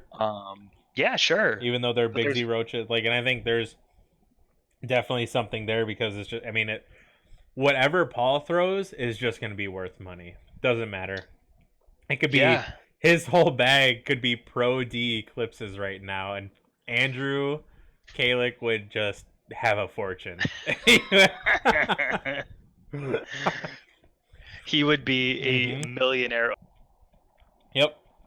Like the IRS would be at his doorstep the next day. Yeah. We saw you made $1 billion. We want some of that. Absolutely. We want our cut of the Pro D Eclipses. Absolutely. Yeah, and I think that this is the problem is people aren't realizing that when they're buying these big Z Lunas and they're taking Bob Julio at his word because he posted in one comment on Facebook that they're not going to run them again for the rest of the year. Yeah. You know, how are you sure that they're not going to run them for the rest of the year, though? I'm not calling Bob a liar. I'm not calling anybody. But what I'm saying is it's not really much of an issue to like fire the machine up and make some more of a disc. That's right. You got the mold in house. You have the mold, but not only do you have the mold, you have the motivated buyers that are willing to buy them out. So why wouldn't you produce them? Right. And it totally can just be a way to just make money where it's like, oh shit, it's a limited supply, so gotta buy them like whatever they're worth, and then It's like, well, I'm throwing them and I love them, so now I get and now it's like the same thing as buying like CE discs. I love CE, so I need all the CE T-birds or something. Yeah. Like, I don't just throw something else like the Big Zero. Like, how different is it? It's not. I mean, that's exactly what Paul was throwing before the Big Z Luna was a thing. No, people already forgot about that. Yeah, no, it's gone. That's how it works now. Even though he was loving throwing them, he's like, these things are pretty nice. Like, I got this one that kind of goes straight, and this one's a little newer, and I'm hoping this one beats up to how that one was flying, and blah blah blah. And then he was like, well, or I could just have like a Luna, maybe for whatever reason it was, or I don't know. But it's, I mean, I don't know. Yeah, I mean, like you said, what is the difference of it? Is it like, let's quantify it down to a number? Is it 1% different? Is Probably. it 5% different? I'd say it's closer to 1% than 5%. 1%. I mean, I'll agree that I've held them together. Mm-hmm. You know, Big Z Roach and a Luna. Mm-hmm. The Big Z Roach that I held seemed domier, Mm-hmm. and it seemed like the top could have been shaped slightly differently. Yeah. Here's the real question, though: is that, are you good enough as a player where that would ever matter to you? Right. And the answer to everybody is no, you're not. Mm-hmm. And that's the problem that I think people are just getting so wrapped up in it. I hope that people don't get just get hosed on it. I hate seeing people like get into the disc golf economy and thinking that they're going to come out on top and they're going to make money and they're going to whatever. I'm going to buy these Big Z Lunas for $50 a piece and I'm going to flip them for $80 a piece or whatever. Mm-hmm. Dude, it's a putter, and putters rarely hold their value. Right. The putters that do, we're talking, have real intrinsic value, and they are actually rare. Not anything that can just be pumped out whenever the factory feels like it. I don't think there's anything, right? There's nothing that's maintained its value or that's had a value that's a putter that will hold its value. CE AVRs. So the thing about CE AVRs, though, that I was gonna say is that's a good example, but the problem is that they're rare for a reason. Yeah. You know, they're old, and it's the mythological plastic that has every, what do you want to call it? Like every story, every campfire tale about CE plastic Mm-hmm. that everybody wants to believe is to why they don't make it anymore or why they stopped or whatever. It doesn't matter. But yeah, a CE anything is worth money. Yeah. But is a Big Z anything worth money? I mean, whatever Paul throws. Yeah. Like, yeah, for now. That's the trend. Yeah. So, and I'm noticing another trend too that's going on with this is that you're seeing slightly modified Discraft discs Mm-hmm. or previously made Discraft discs turned into Paul Macbeth discs and then sold at a premium and then done this way. Yeah. So, you know, obviously he liked the Roach. The Big Z Luna makes a ton of sense. Even the original Luna made a ton of sense. But $20 putters.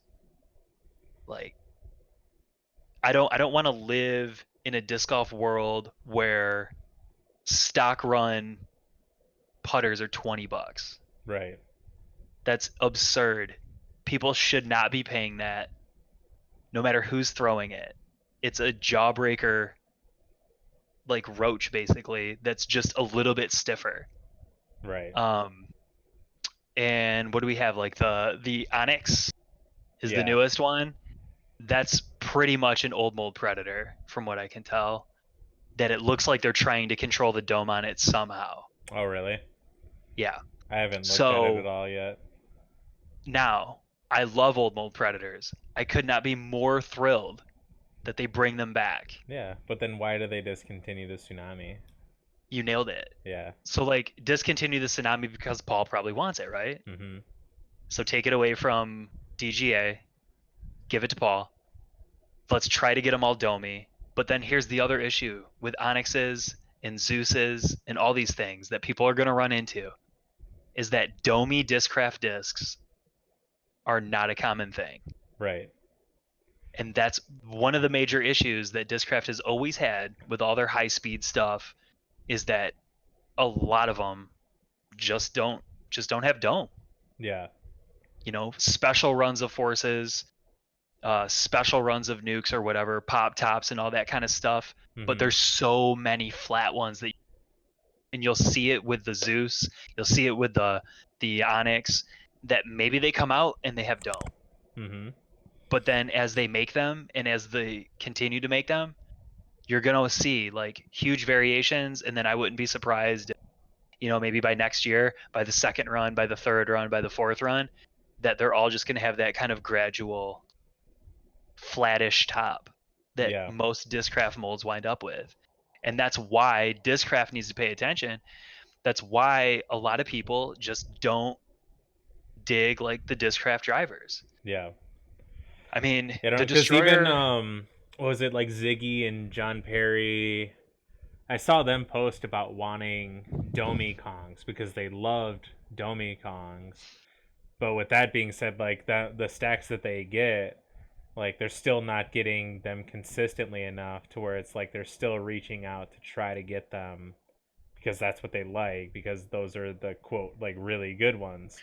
Yeah. So, and that was the same thing with the Crank. Like I remember when the Crank came out and Bennett had like two of the proto ones and they were like nice and swirly. I remember they were unstamped too. And I remember when he threw them to me, he was like, "Here, try this out." And I was like, "Wait, is this a Destroyer?" Like I legitimately thought like it felt just like it. It was the same rim width. It had like tons of dome, and through it, it was awesome. And then you look at Cranks now, and it's like they're all like flat. They're all flat. Yeah, or like the tiniest of dome, to where it's like you could consider it flat or whatever. Like I don't know. The same thing happened to nukes. Yeah. Back in the day, and that's just how it was. Like that's why it always used to be, you know, if you were Discraft thrower, that fluorescent pink Z forces, you went for them. Yeah. If you saw them, you had to make sure you looked at them, because there's a good chance that those could have been pop tops. Right. But how bad is it that like one color, one run, right, and then those are the pop tops, and then that's it.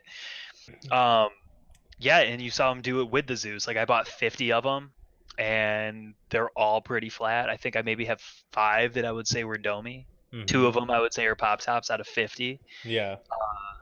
And we're gonna see, like, as the newer run comes out, like what those are looking like. The Zeus, are they gonna get the weights down a little bit? Because I know a lot of people want, you know, high 160s pop top Zeus. I mean, that's amazing. I hope they can get those to the market, and I hope that they can keep those to the market. Yeah. But just going by history, they're probably not. Right. So that's a bummer that it is that way. And, you know, meanwhile, you have other companies like Innova. They're fine making super domey discs. Right. Thank God they're fine. Like they finally, you know, kind of want to super domey discs. Yeah, their swirling is like absolutely terrible, but I don't care if the disc is swirly. I care what it's shaped like. That's what it flies like. So right. I think that like what Prodigy did, like what we've been saying with the 750G plastic. Yeah. If they can just make that so sick. If they can just guarantee, like if they say, look, you know, 400G plastic will always have like, you know, moderate dome, 400S plastic or whatever they call it now, maybe that'll be flatter. 750G plastic will always be pop toppy domey. If they could make that like a thing where it's just like, nope, you can order them online, no matter what color, no matter whatever, they're always pop tops. Yep. If Prodigy could do that, that would like hopefully set an example for all the other companies to pay attention. Yeah, like if we want pop top, we can do it.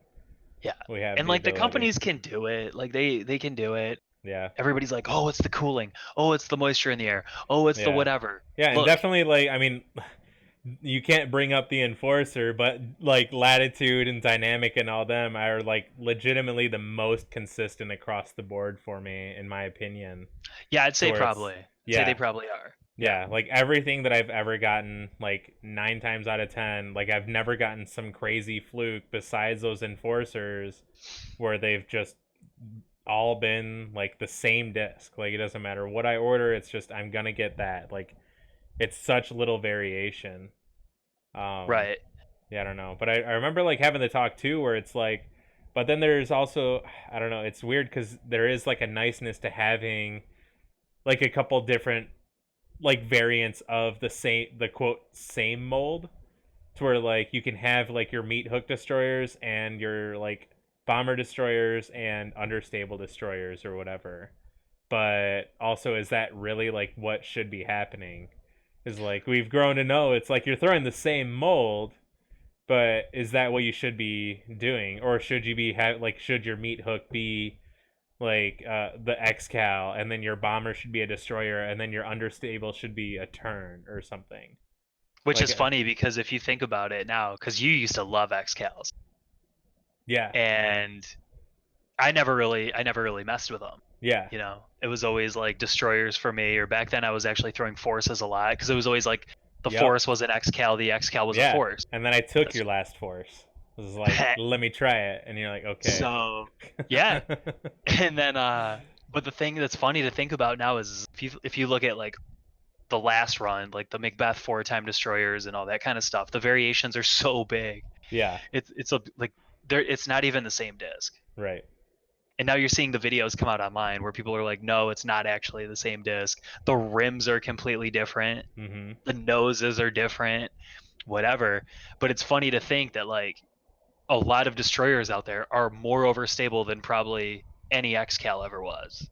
Yeah. But then at the same note, you have destroyers out there that are as understable as probably, what would you say, like a Shrike?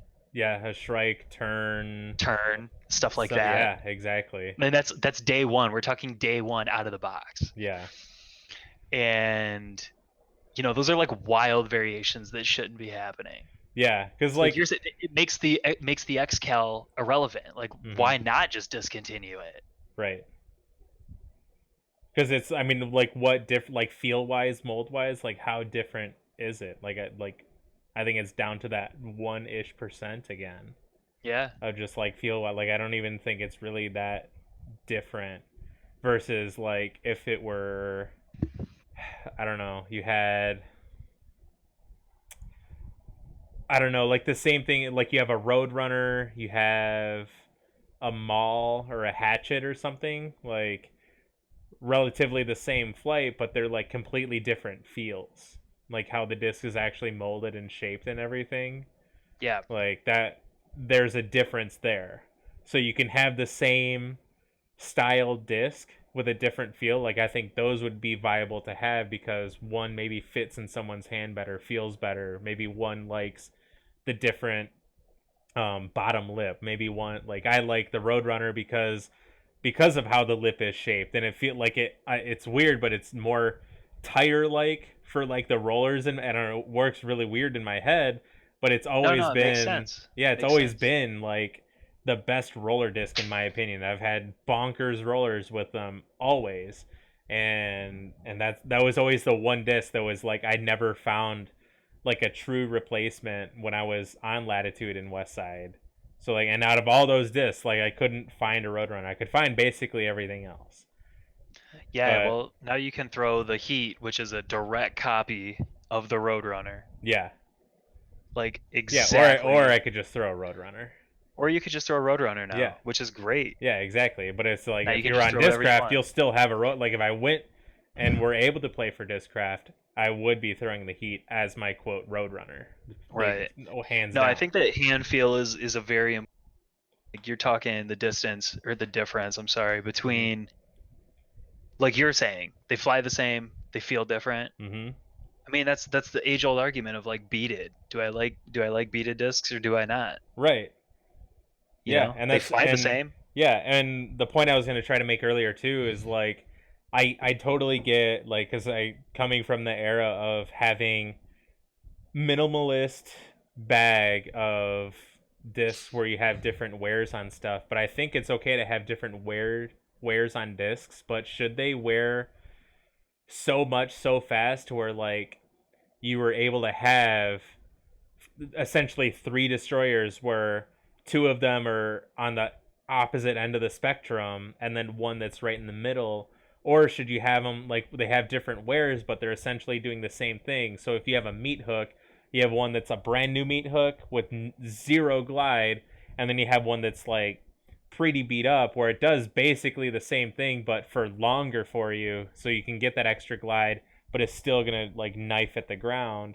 And then you have like your bomber mold that's got like different wares, but it doesn't vary so much unless you've had it in your bag for fucking ever, obviously.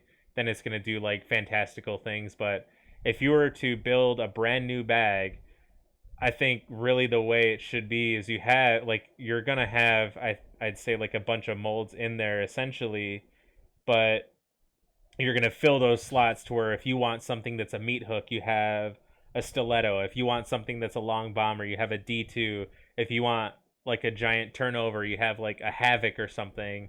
And then those are like your high speed distance drivers. Then you have like fairway drivers. So then you have like your Firebird, T-Bird, Roadrunner, and then like between T-Bird and Roadrunner disc. Like even like a T or a Leopard. Leopard would be a good one.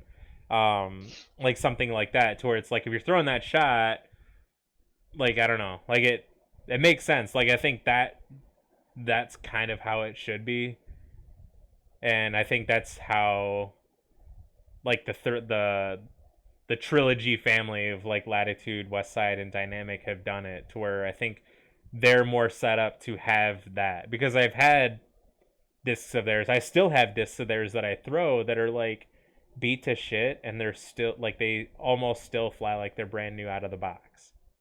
Like I got that one Bard, like the BT Bard or something, that's like tacoed and folded and this and that, and it's like a little less overstable than it was when it was brand new. Like I think that's awesome. Like if that's how it is, like that's amazing. Like I would love that. And then that way now if I need something flippy, I don't rely on this old beat to crap disc. I rely on a different tool entirely to have something else, and that's what that tool does always. I don't have my hammer doesn't eventually turn into a wrench.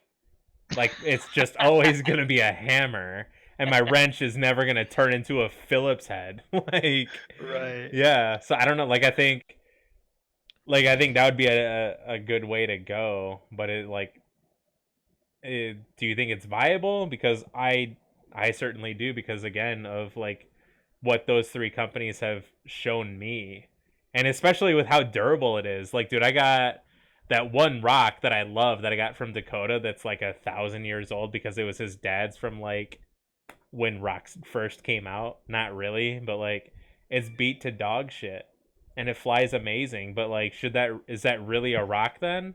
Or is it something else now? Like it's funny that you bring up rock, because you're talking about like a BT Bard that's beat to shit, still flies, like you have an idea of what it's supposed to fly like. Yeah.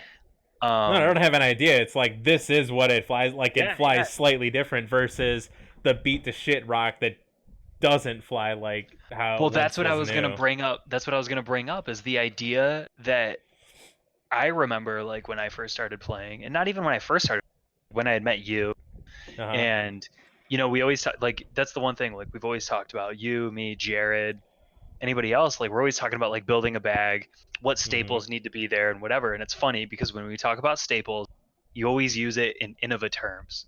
You're always like, look, you need to have your AVR type putter, you need to have your rock type mid, you need to have maybe a gator type, whatever you want to call it, like approach disc, you need to have your T-Bird, your whatever. But think about how far we've gotten away from that, like just in the last bunch of years. Dude, people don't throw DX rocks anymore. Yeah. Do you like think about that? Ricky throws DX rocks. Kind of, sort, but like it's everything else now. Mm-hmm. And that blows me away. Yeah, there's a ton more, Yeah, there's so much more now that's out there that's good. It used to be like I feel like we've gotten finally to the threshold where like if you were to build a bag, like using Innova and Discraft, more so Innova as the baseline of like you need to have your Destroyer slot, your Firebird slot, your T-Bird slot, your Rock slot, now I think there's more of like there's people who are like, what's a rock? Like I know like I throw a trilogy, I don't know. Like I've talked to people where they're like, I only know like dynamic and latitude. I don't really know what like Innova and Discraft really is. Like I know of them, but I haven't been around long enough to throw them. And really it's like, I mean, dynamics only been, well, they've been around for like a while now. All of them have been around for a little while now to like develop the groups of people that they started throwing that. So since they started throwing that, they probably started looking at what other stuff do they got. Like I really like this Truth. Who is that by? That's a dynamic mold. Well, if I like this, they got to make other stuff that's really cool. It's not like uh that's like you build an AMD build or something and then you're like, well, these are like really good CPUs and blah blah blah.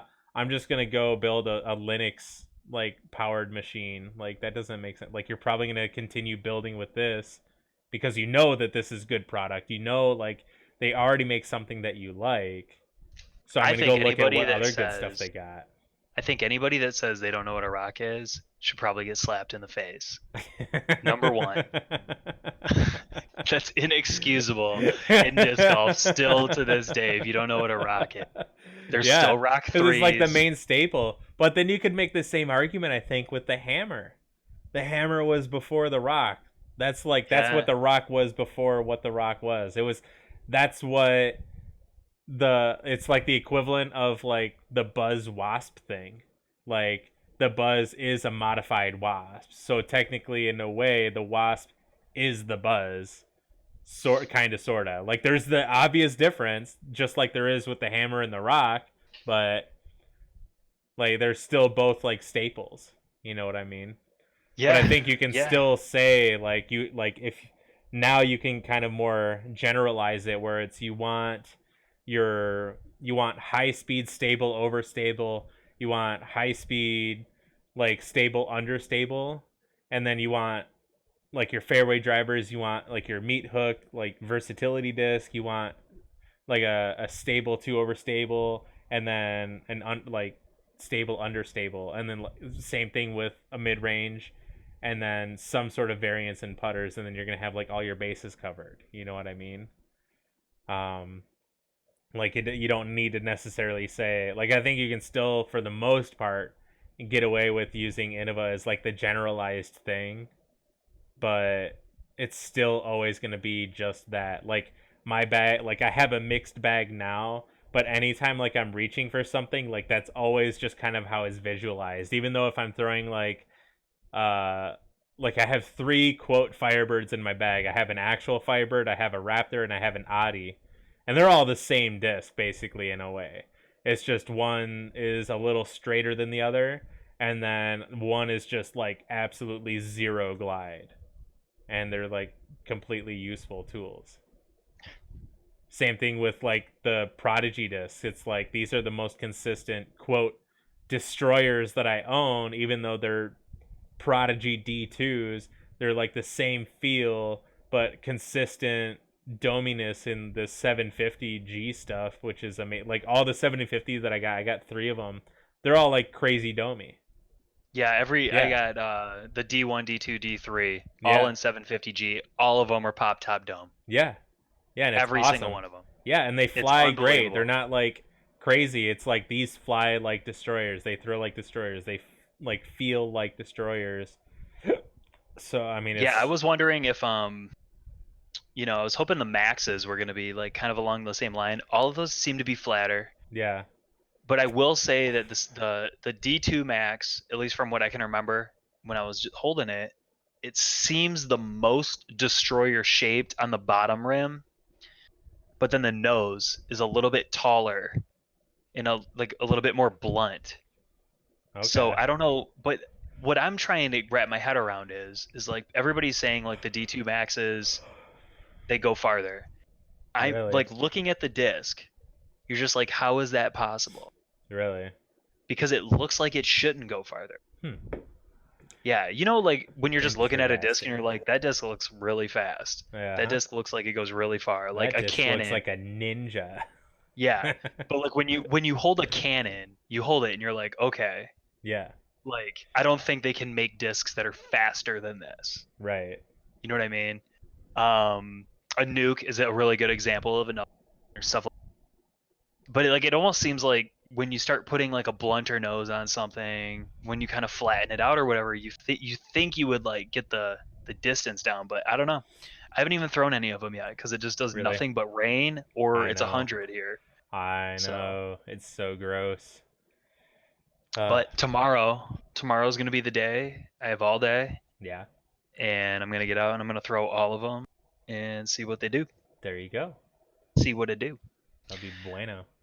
But I'm telling you that D1 Max, when you're holding it, or I'm sorry, not the D1 Max, that D1 750G, Yeah. you're holding it and you're just like, dude, this thing is complete money. Yeah, it's probably like the orange one that's in my bag because it's a little gummier than like 750, but it's one that I got from Jake that was like, I don't even care. It's just like, it's super nice.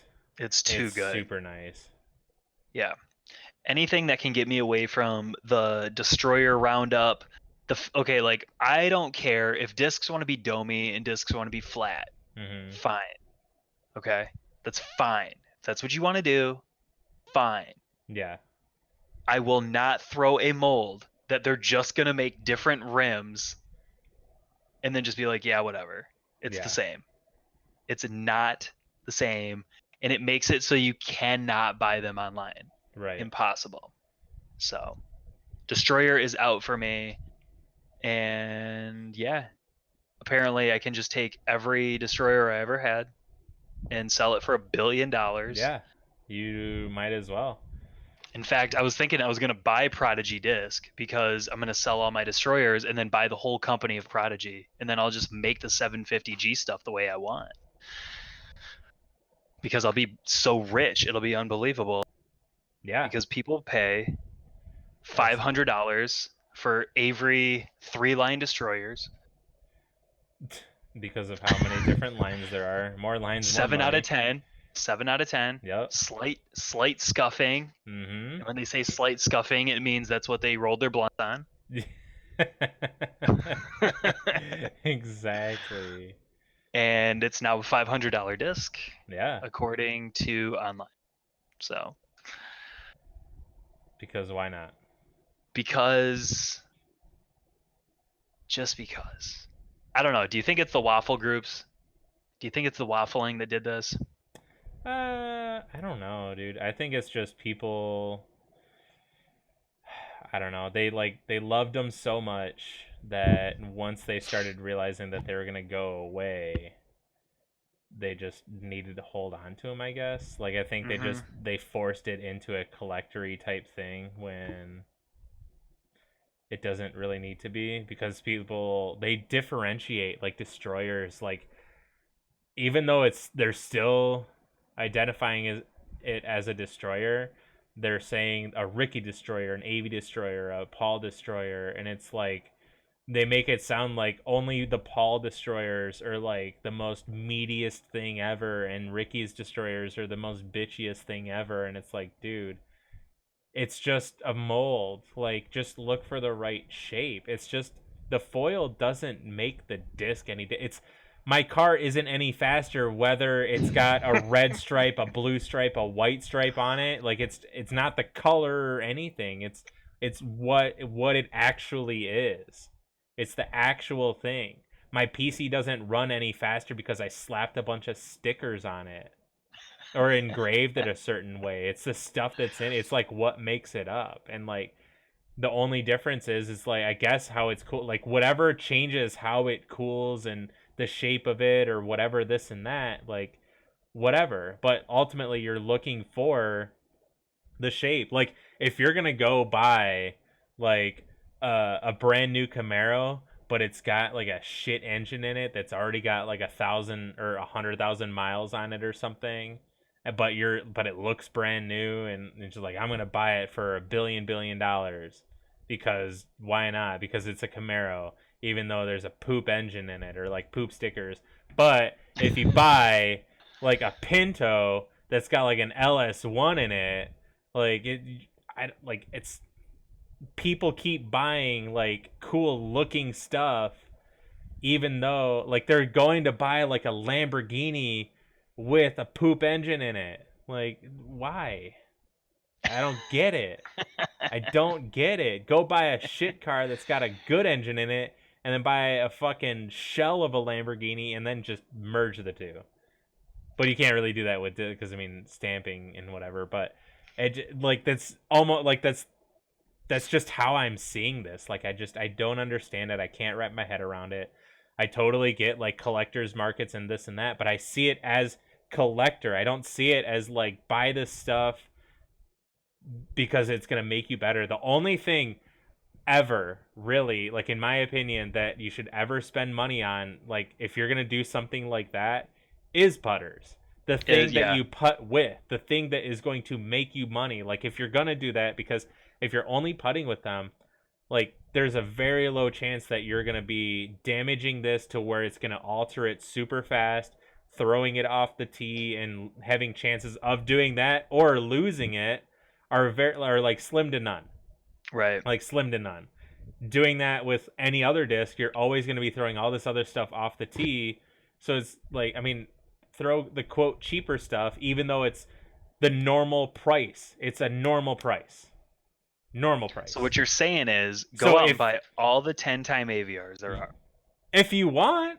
If you want. Like if that's what you do and that's what you really like and that's just what you putt with. You don't throw them off the tee. You don't drive with it, whatever. Like you only putt with them. Then yeah, totally. I would say buy all the 10-time AVRs you want. Right. Buy 5 times. I don't care. Buy all the CE AVRs for $150 a piece or whatever it is that they are. If that's what you putt with and that's what you feel confident with and whatever, I'd say, yeah, then splurge the money on that. All the other stuff, I'd say, like, if you're going to splurge money on stuff like that, like, it should be a collector thing. Like, Rudy doesn't spend $1 million on PSA 10 Alpha dual lands to just crack them open out of the case and then just rub them all over the concrete like back in the 90s. No, he collects them because it's like he's just going to have all this money. No, what you have to do is you need to buy Proto Star Destroyers. Yeah, from that guy. You need to buy all like 300 of his destroyers or whatever it is. Buy all those. Brand new, right out of the box. Yeah. Okay.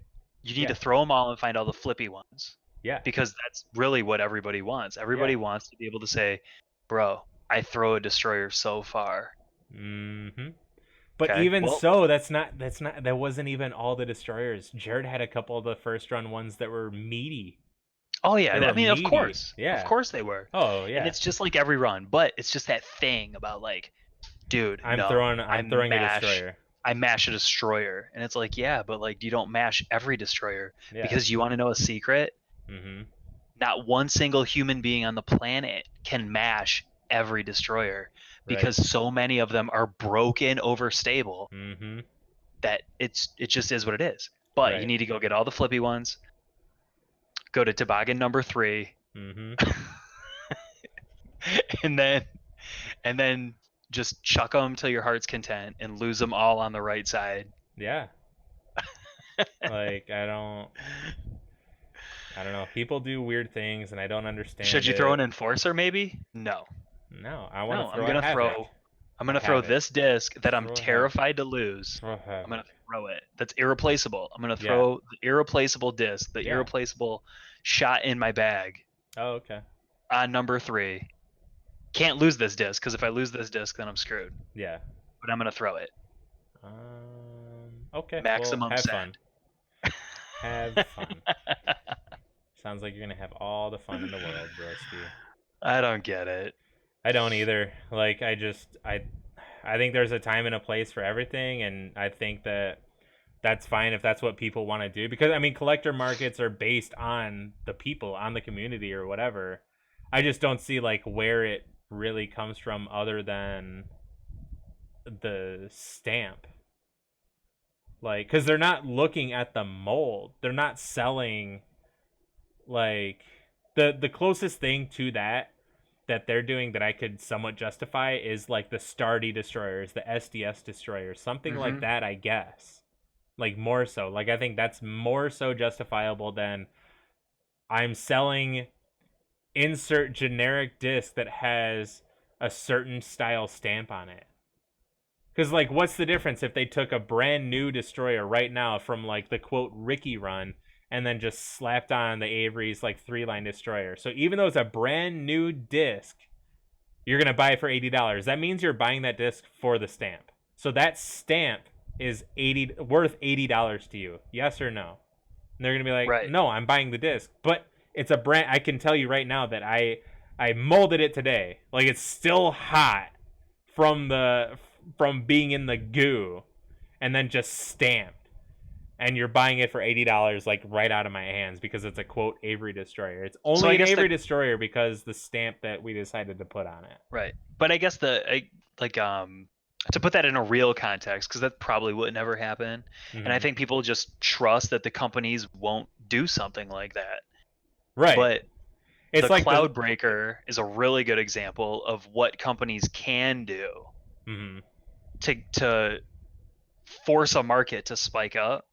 Yeah. And piss a lot of customers off. Right. And like that's what you're seeing. Like people are legitimately super pissed off because they can't get their hands on a Cloudbreaker.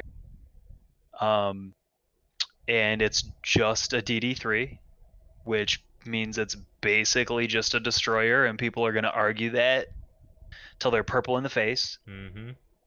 I've thrown them. I've thrown enough destroyers in my life to know. I've thrown the DD3s. I like them, but again, they're interchangeable. Yeah, it's an interchangeable disc, and you can get fucked with paying $80 for a driver that I'm probably just gonna lose. You know, because that's what it's supposed to do. I'm supposed to throw it far. Right. You know, like I'm supposed to carry long distances with it and push, the wood's edge, whatever. Like that's just the nature of the game. Unfortunately, where we live, that's what we're supposed to be doing. Yeah. And I'm going to have every disc in my bag is going to be something I'm going to say like, look, I'm here to throw this thing. So like what people are doing like with these swirly, cloud breakers or whatever, like it's like stunning to me to like watch this transpire. And for fans, like genuine fans of the company to get so upset about these things like going out of stock so fast, people buying up like 50 at a time mm-hmm. or whatever, and then they're just instantly flipping them. And on top of it, to be honest, like the swirls kind of look like shit. Mm-hmm. And that's something that these manufacturers really have to get a hold of. You can't have flesh-colored discs. Yeah. At least not all of them. I mean, it could just be a thing of they're just using up plastic and that's just like, why waste the plastic when you could just make something and sell it? Yeah, still? right. Because somebody's gonna buy it.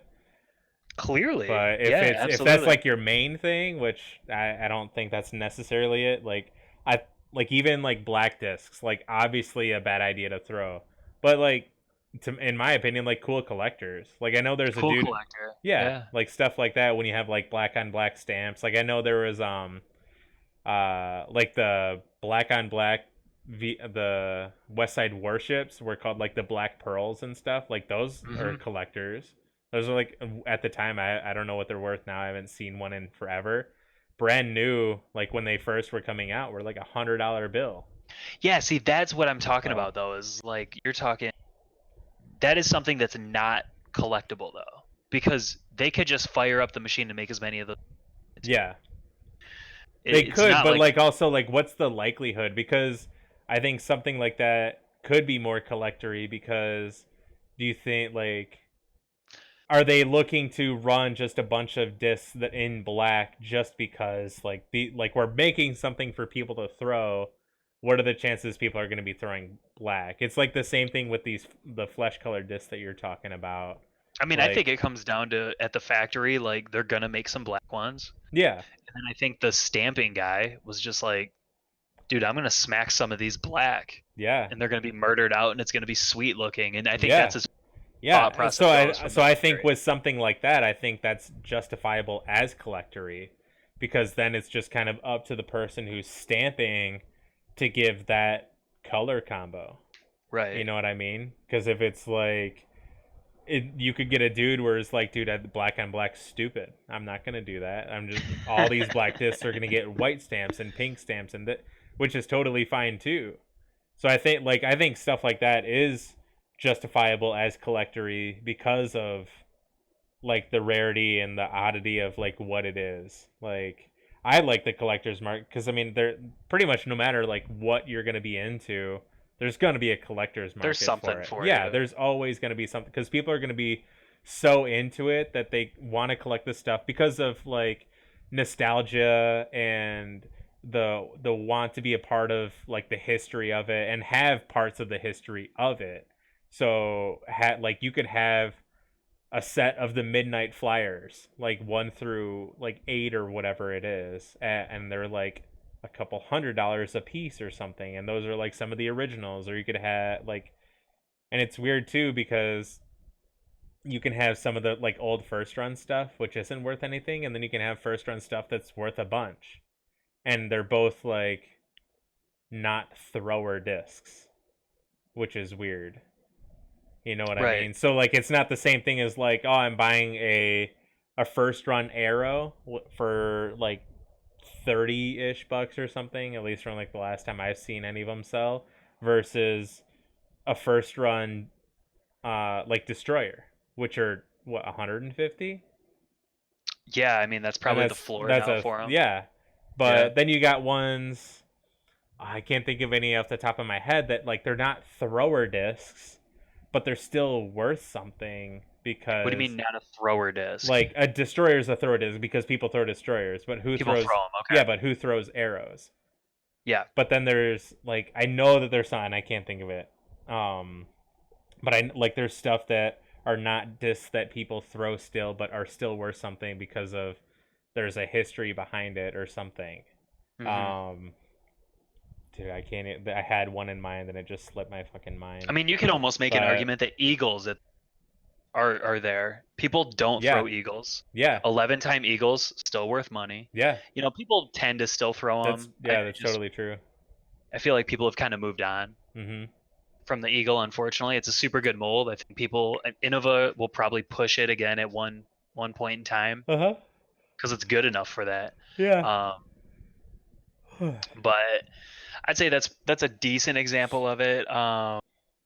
Probably. Yeah. But you know what I'm trying to say though. Like it's just totally like supply and demand, and a lot driven by demand of just what people want. And if you can get a bunch of people on that ship where you really drive the demand for something like destroyers or whatever, then they're going to start going for a bunch of money because you have all these people looking for them. And then if you're the one dude who sees that happen before it actually happens, then now you're the guy who's got 100 brand new bag kept first run destroyers, where it's like, if you want these, well, you're going to pay a lot of money for them. Yeah, the guy's foresight to do that, you know, is pretty remarkable. But also looking back at it, it's a 10-year investment. That he even did, you know, 10-year destroyers came out. And even especially with something like that, it's not even like magic cards. Like it's discs. Like it's not the same thing. Like, I mean, there is a collector's market. There is like, what other molds have come out? Dude, there's like another new Innova disc that I saw the other day. I don't even remember what it's called. And it's like, I don't know like what they're doing. Like, what more can you do? But also, what in the last however many years, what disc has come out where Innova has made something that was worth money? There's one disc that sticks out. Thunderbird? Yeah, exactly. Yeah. What other ones? A Wombat, a Firestorm, an Atlas, a Rat? Like, what are those? What are first runs of those worth? Yeah, nothing. Like stock price? Stock price. Yeah. Stock price. So then what are those going to become in the future? Like, are they going to become valuable because they're just rare in general? Because destroyers, I think, are going to hold some sort of value for a long time because of what they are and where they came from and the history and blah, blah, blah. Same with Thunderbirds and whatever.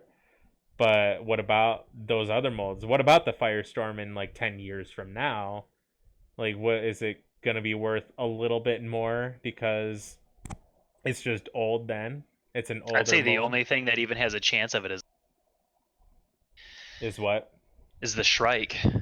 Possibly. That's the only thing that I can think of in And what's recent. funny too is the Shrike reminds me a lot of a crank, I think. Yeah, that's probably fair to Like say. like the shape of it and the flight of it, like I think they're pretty similar. I haven't thrown enough of either of them. I think I've thrown a Shrike once. I think I've thrown a Crank, Mhm. and I don't know. I Yeah. wouldn't know what to call it. I mean, for sure though, they like fit the. It's like a 12-ish speed, Mhm. like kind of turny, kind of fadey disc. Mhm. Yeah. I think that a lot of the people I know I've talked with too is that a lot of the people that are getting into this whole idea about like the Paul Macbeth discs, the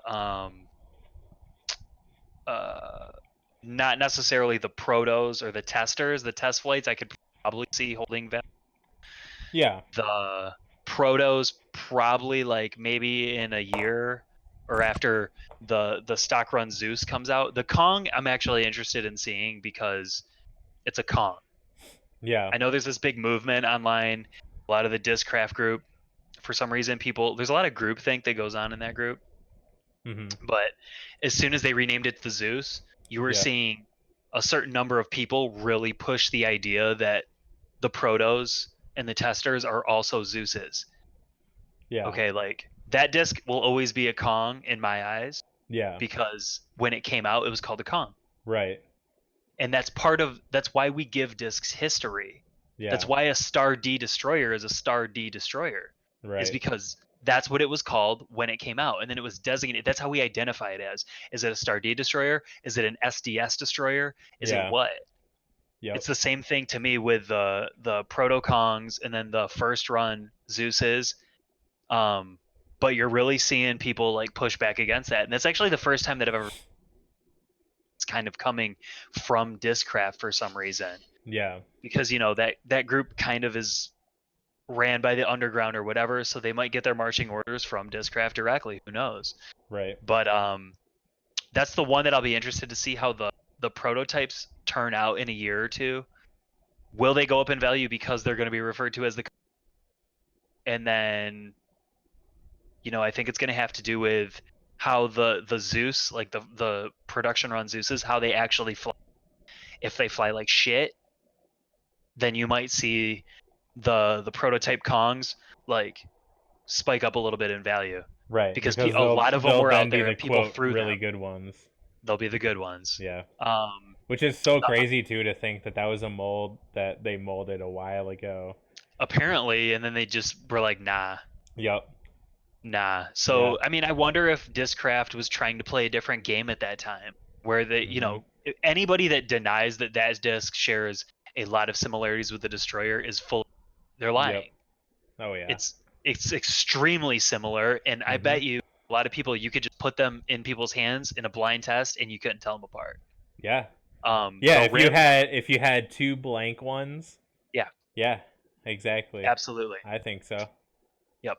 The plastic feel kind of gives it away, but again, like we're just giving it to lay people. Yeah. Like it's so close that I would say that it's basically the same, and they're interchangeable. I would say a Destroyer is interchangeable with a Zeus.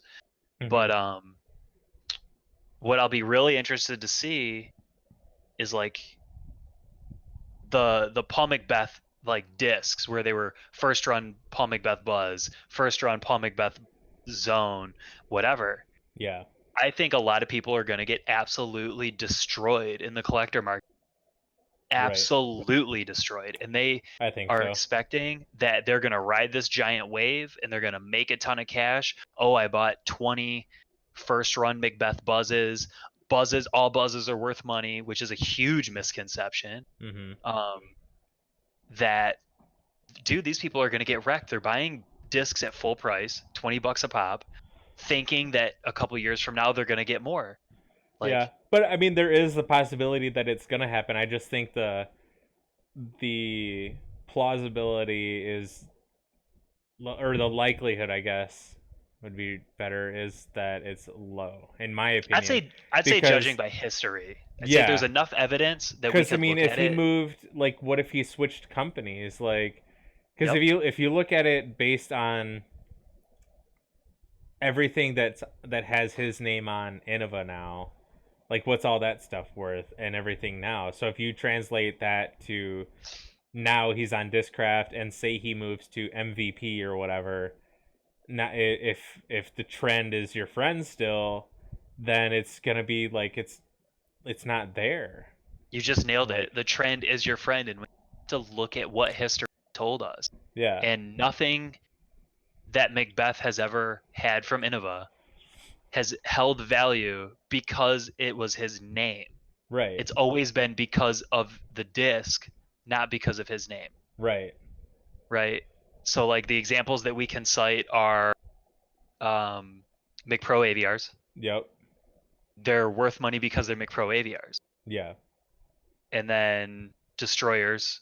But then, you know, that's all arguable at this point too. Like, is a Macbeth destroyer, should it be worth anything right now? People are saying that if it's embossed or if it's penned, a pen destroyer at this point isn't worth jack shit to me. You know, again though, it's because it's the destroyer. Yeah. It's not because of anything else to go with it. Because like my stack of swirly Brinster destroyers are worth more than any Macbeth destroyer, right? And it's Steve Brinster. So like, what is it? It's not because it's Steve Brinster. It's because of that destroyer. Yep. That's why it's identifiable. Yeah. And if we look at the history and what if you took that information away? If you took away the information that those destroyers were the run that Macbeth chose for his destroyers. Right. If you took that information away, likely that price would be like way down. They'd probably still be worth something because they're still good destroyers and they were like a limited run and blah blah blah, and Steve Brinster blah blah blah. I would say they probably get lumped into like that Avery thing of thinking because it's around that era of destroyer. They're basically Avery destroyers. So maybe you could just say like, hey, it's an Avery destroyer that's swirly, so maybe it's a couple bucks extra or whatever. Right. But you know, if we look back at like Discraft collectible stuff, which basically nothing really has been besides for a few select things, 4-chain magnets, swirl APXs, what else do we have? First run, second run buzzes, 10-year buzzes, and it used to be the tracker from back in the day. Yeah, that was pretty collectible. Yeah, like right? Players Cup trackers were like the shit, and then the Players Undertaker came out. Yeah. Then they make the Undertaker, and nobody cares. It's just irrelevant. Like some people, but like it was only because they made the disc of what people were searching for, and it, like whether they meant to or not, for whatever reason they did it or not, that's what happened. I believe all these things are all the value is held because of the disc, not because of the player associated with it. Right, and I believe the value with those trackers was based on Discraft made no good fairway drivers at the time. Oh yeah, that's exactly what I was trying to say. Is that that's the like only... that was like the best, but it's not that they didn't make good fairway drivers. That was probably because, or I know is because a lot of the people that I talked to was, if they wanted to throw Discraft or were on Discraft, they didn't have like the stable neutral fairway driver like Innova did, which was the T-Bird. They were looking for a T-Bird, and always the tracker was usually a little too much for what they were. A little too overstable. Yeah, a little too overstable or a little too long or whatever the hell it was, but it was always like not quite it. And then now they got the Undertaker, now they do have it. But for whether that was the reason they did it or not, that's what happened. So now they do have that disc. So now the demand and search and want for that tracker, it's just gone. It's not necessarily gone, but like it's very close to it, I'd say. Like you don't see them popping up all the time, or if they do pop up, it's not like it gains all this traction. Like Right. like you're gonna get some where people still like that's stuff that they love, or maybe it's just something that they know and whatever, but like they were like a lot of the people who were looking for that were looking for an Undertaker. But the overall market doesn't accept it. Right. Yeah. No, totally. Like that's what I was saying is that everyone like they were looking for an Undertaker. It's just the Undertaker didn't exist yet. Correct. Yeah. And then, if you didn't want to throw the tracker, you were left with the stalker. Yeah, you're left with a stalker, a predator. And the predator they screwed up by making it way too overstable. Yeah. They ooped the Talon. Yep. They ooped the Reaper. Yep. They ooped the X2, which most people have no idea about, but that was what Discraft should have been making. It just had a terrible what? Terrible name. Yeah. Discraft's naming convention back then was pretty bad. Yeah. And the X2 was like a legit T-Bird competitor. Mm-hmm. It was a very, very good disc. Yeah, I've never thrown, or I think I might have held your X2, but I've definitely never thrown it. I don't even have one. No? I think Matt has a couple. Okay. Because he started collecting I've definitely them. never held them then. Yeah, and he wasn't collecting them like paying collector price. He was buying them for $5 a piece whenever he saw one. Yeah. And they were money. Like they were super good discs, and Discraft ooped them. Like they ooped when they whacked a bunch of things. They kept the XS and they kept the XL, and the XL was never quite stable enough for what people wanted to be what that Undertaker needed to be. Mm-hmm. So yeah, it was like a really weird spot, and that's why the Player Cup trackers held value. But I'm telling you, people buying $20 buzzes because it says first run Macbeth buzz and it has claw marks on it, gonna get wrecked. And I can tell you, like, there's enough proof. The Macbeth crate is worth 0. The Macbeth Nova, which I could see maybe in the future being worth something. Mm-hmm. I could see that, because all that's going to do is it's going to set a timestamp for when that Nova was created. Right. And as long as people keep throwing Novas that are really good, it has the potential to go up in value. They're and you're seeing because of Bradley Williams. Barella throws them all the time. Yeah. So I think that if Barella takes down some big stuff, maybe you see the Nova kind of gain some traction, and then people are going to say, hey, you know what run of Novas I really like? I really like those Macbeth runs. Yeah, the 4-line Novas. Yeah, nobody's ever going to say that about a crate, though. Yeah. So, and I think that the Undertaker, I love Undertakers, and I throw the shit out of them, and the titanium ones are my absolute favorite because a little bit more stability than some of the Z ones I've thrown, and that's what the Macbeth ones are. I don't kid myself. I don't think they'll ever be worth money. I think that, they're just going to be what it is. Yeah. And I'm fine with that. But yeah, I think it's a lot of collector, like a lot of money has been dumped into this because of the name associated with it, not because of the disc itself.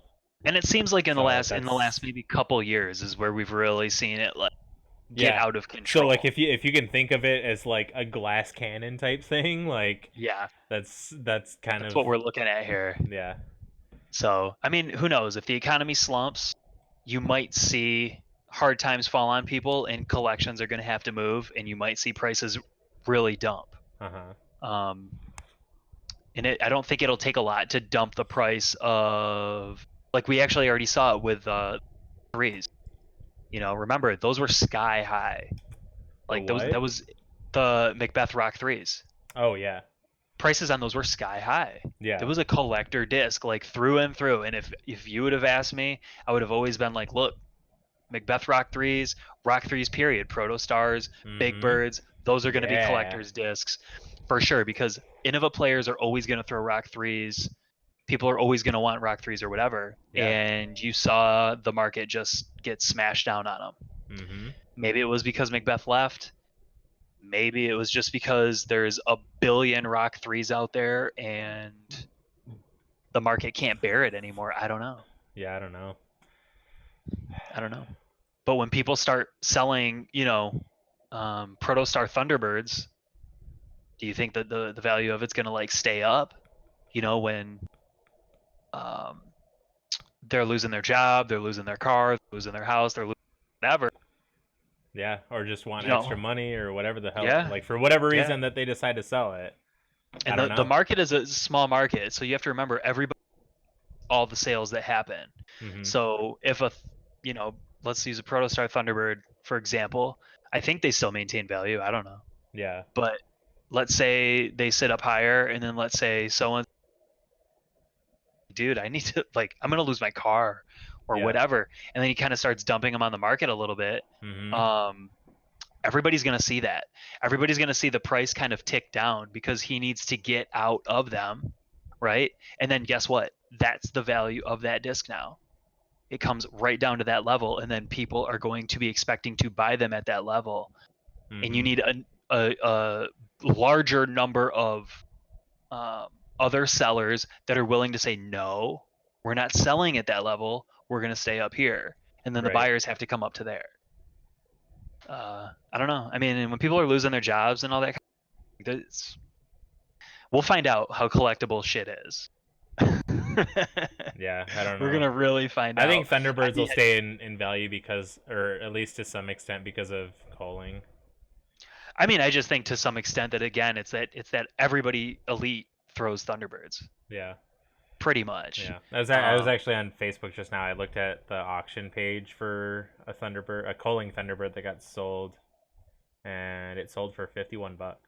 51, yeah. Yeah. Sexton Firebirds is the most overinflated market I've ever seen. Yeah. On discs. Yeah, they're hilarious. The value is not there, and I can't believe people pay what they pay for it. Mm-hmm. People are going to hear this if they listen to this, and they're going to want to stab me in the eye. But a Sexton Firebird is not worth what people are paying, and it's not even close. Yeah. It's a flippy Firebird, and that's when, when did I meet you? 8 years ago? Mm-hmm. Maybe more? Who knows? Yeah. If people would have been giving us flippy Firebirds, we would have just been like, yeah, what this isn't what this is supposed to be. Yeah. This is an FL. Mm-hmm. Yeah. I found a clear Macbeth Thunderbird sold for $20. $20. Yeah. So nothing. Yeah. And also, a Sexton Firebird goes by another name. It's called a Star Firebird. They're not new. They've made them forever. Yeah. That's what they are. People have to get this idea out of their head that it's a perfect, flick, a little bit more understable Firebird out of the box. It's a Star Firebird. They've made them for years. Yeah. Nobody ever threw them because everybody always wanted Champ Firebirds. They wanted FAF Firebirds. Yep. They wanted whatever. Yeah. And I remember the funny thing about those FAF Firebirds is I remember Marty, who would always go down south to go to the end of a store and buy a bunch of shit, and he brought back, no joke, 4 full sleeves of those Firebirds, the brick hard FAF ones and everything, and he spent a silly amount of money on them, and his wife was mad and spent all this money, and it's he even had me tell her, go ahead, tell it that these are gonna be worth money. I was like, dude, seriously, no joke, these are going to be worth something. They're because this is what people are looking for. These are the things that day one. Yeah. And then, I was able to go through and pick a couple that I wanted for myself, and I don't own any of them anymore. I still have, I think, 2 of them, but they weren't ones that I got from him. But he had 4 full sleeves of those things, and he got them for at cost prices or whatever. Yeah, he's probably paying $8 a piece for them or whatever. If that. And then turn around and sell them for at least $30 a piece, now more or whatever, they're brand new $50-$60 or something silly, and that's what you'd want, because that's not associated with Macbeth or anybody. It's just associated with, this is what we were looking for. Now there's a giant run of them, and now there's not, so now the price is even more because like, oh shit, now they're not making them anymore. Now any like whatever it is, like unless the person doesn't know what they got, I'm gonna be paying a pretty penny for them if I want them. Yeah. So I don't know. I don't like. I get collectors, but like when it's associated with a person, like it's gotta be like usually stuff like that is like having like signed discs of stuff, like not necessarily worth anything until the person doesn't exist anymore. Yeah, that's a good point. Like it's, I mean, once the like, dude, you could go and you can have Paul sign for 24 hours straight. How many discs do you think he can sign in 24 hours? Like with no breaks and no whatever. No breaks. How many discs can he sign when he's dead? 0. So anything that's signed ever, now that's all there is. Now there's a limit on it. Right. So now stuff like that will like have some sort of value. But that's not for like a long, long time from now still. Yeah, or till he's irrelevant in playing. Maybe I don't something know. like that. I don't know. Maybe. But like the thing is like even if he's irrelevant and he's like 90 something years old, like you can still like he's still alive. He could still technically sign stuff. He can still do it. Yeah. Unless he's one of those people, like if he was a person that he refused to sign shit for whatever the hell reason, because they're like I've seen like stuff be so valuable before because this person is known to like never sign stuff. So even though he's still around, he's always refused to sign stuff. But now there's actually something that is signed. Like those are like the rare cases, but that's not the case. Like I see his signed shit all the time, everywhere. Oh, he'll sign anything. Yeah, if you give him something, he'll sign it. Yeah, and I see, and people are always like, it's so much value because he signed it. It's like, well, not really. Like, it's almost like that's almost another same thing as like Magic cards. Like, if you get a Magic card graded, even if it's signed, like they take out, like it's like the signature isn't even there. Right. They'll still grade it. You can still get like a perfect card, even with Sharpie all over it. That's kind of like how I view a signed disc in a way. Like it's like you're looking at everything but that. Unless if I was gonna have unless it was like an old, like I could see there being value. Like if you had like a David Greenwell signed disc or something, like maybe there's a little more value there. Like the dude's still around, he's still got plenty of time to sign stuff. So but like still like he's part of history. I think he's in the Disc Golf Hall of Fame. But like that's different than if you had a signed Steady Ed anything. Because he's like the inventor and professor of blah blah blah and getting all this going for us. But 2, like he's gone. He can't sign anything anymore. So if you have a signed something of his, like even though there's like maybe there's a ton of it out there, there's still going to be more value. Now if there was like 10,000 of them out there, they're not going to be as valuable as if there was 1,000 of them out there. So it's, I don't know, like signs, like when people right now they like, oh I got it signed by whatever. Dude, I have a disc that's signed by a bunch of the top pros, including Paul and Sexton and Coling and all those guys with their fucking offhand. And it's like, dude, like the only value there is going to be the lulz value, I think. 10 times cooler. Yeah. 10 times cooler. Hilarious. I think it's absolutely hysterical. But, like, it'll be different once it's, like, if it was, like, way down the road and I'm, like, 90 years old and I'm, like, selling stuff and now there's, like, a big collector's market for, like, all these vintage players. Like, look, I got a disc that's signed by all these guys with their fucking offhand and shit. Like then there would be value, but now it's just like to me it's a cool factor. Yep. Like, and if I was gonna have Macbeth sign a disc, okay, I would have him do it on the back. Yeah. I would just be like, bro, sign it on the back. Don't put that shit on the front. Because I think that the back is a post-it note, and I want you to sign it on the post-it note. No, I mean, I think it would be more likely to maintain value. Yeah. Signed on the back, rather than I believe that where we're at now, if a player signs discs, like it could theoretically bring the value down on them as opposed to even staying flat. Yeah, I've seen that too, where people think like they won't bid on something because it is signed, even though it's what was it? It was like a Climo signed something, and somebody tagged somebody, and that person responded and said, "Nope, I don't even want it because it's signed." Yeah. Which is like, to me that's kind of weird, but I get it at the same time. But I mean, I think because the collector's market is so small for like some things where people that are legit willing to pay money. Mm-hmm. And I really do mean it is small because of that. I think that people have this idea in their head that this market is huge, and if you put it up for sale, that you'll have tons of offers and everybody's willing to buy it at full price, and that's not really how it works. And the people with the money in this sport are the ones that they're dictating what exactly they want and what they're going to spend full price on or beyond full price for something really remarkable. And that's where you do get into like, maybe a very specific stamp color on a disc. Mm-hmm. And you see that like max weight obviously always fetches more money. Right. You still see like 160s 11-time T-Birds like struggling to sell. They fly great. They're amazing discs.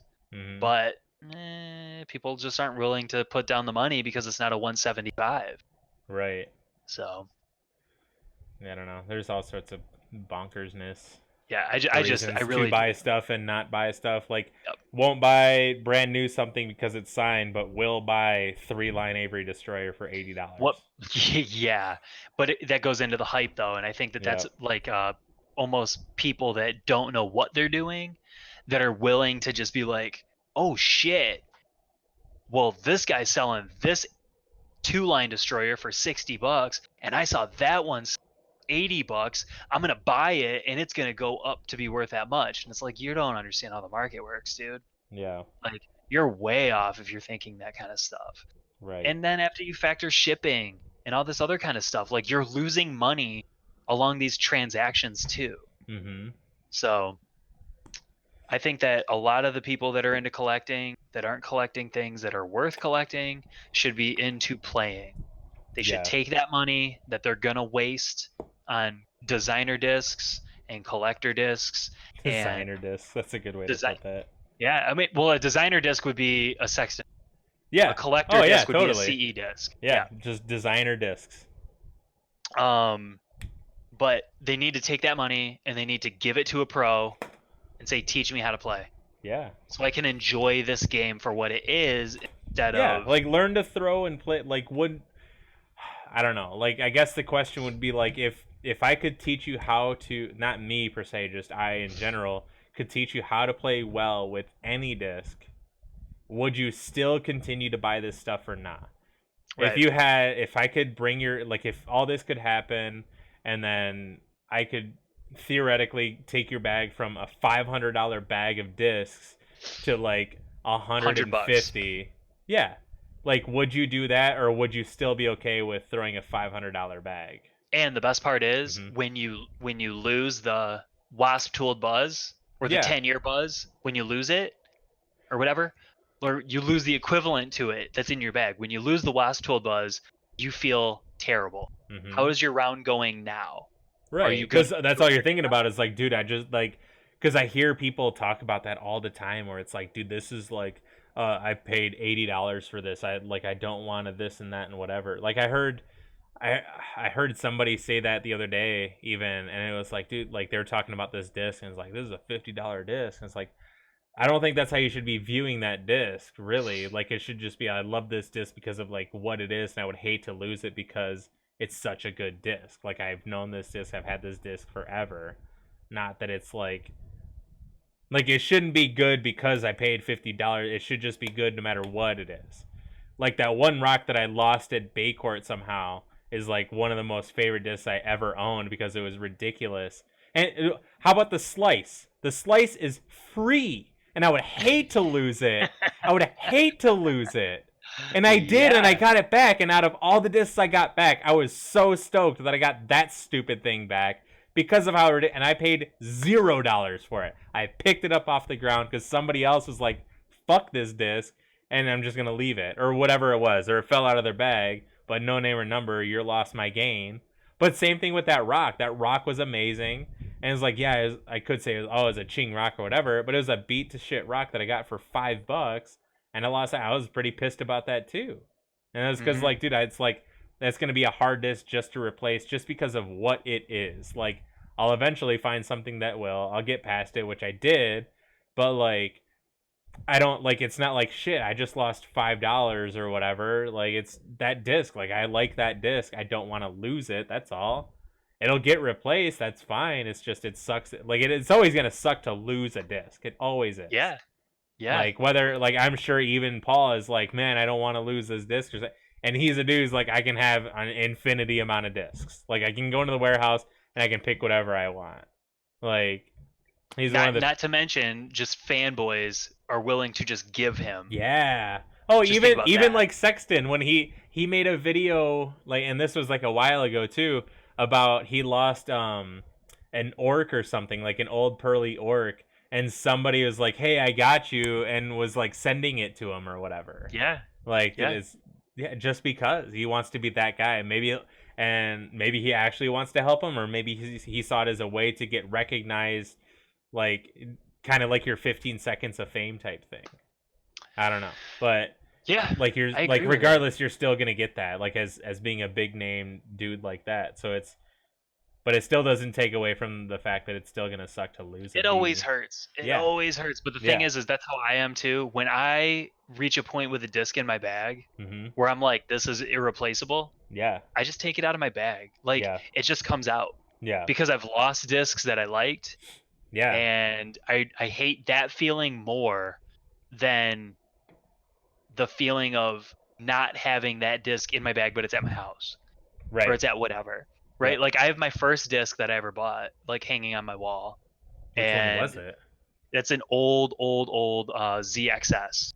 It's a 4 point. Yeah. It's a 4-point ZXS. And that was the first disc I'd ever bought with money that I didn't, like, get from somebody else or whatever. Yeah.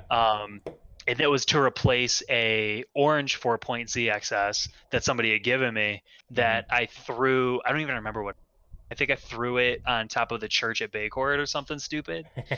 And, like, we, couldn't get up there and get it, and somebody else got it, I'm sure. But that disc is so much fun to throw. Yeah. But I don't want to throw it anymore because the pain I would feel, like, I enjoy just see it. It's on my wall. Right? It's not worth shit. It's not worth anything. Yeah.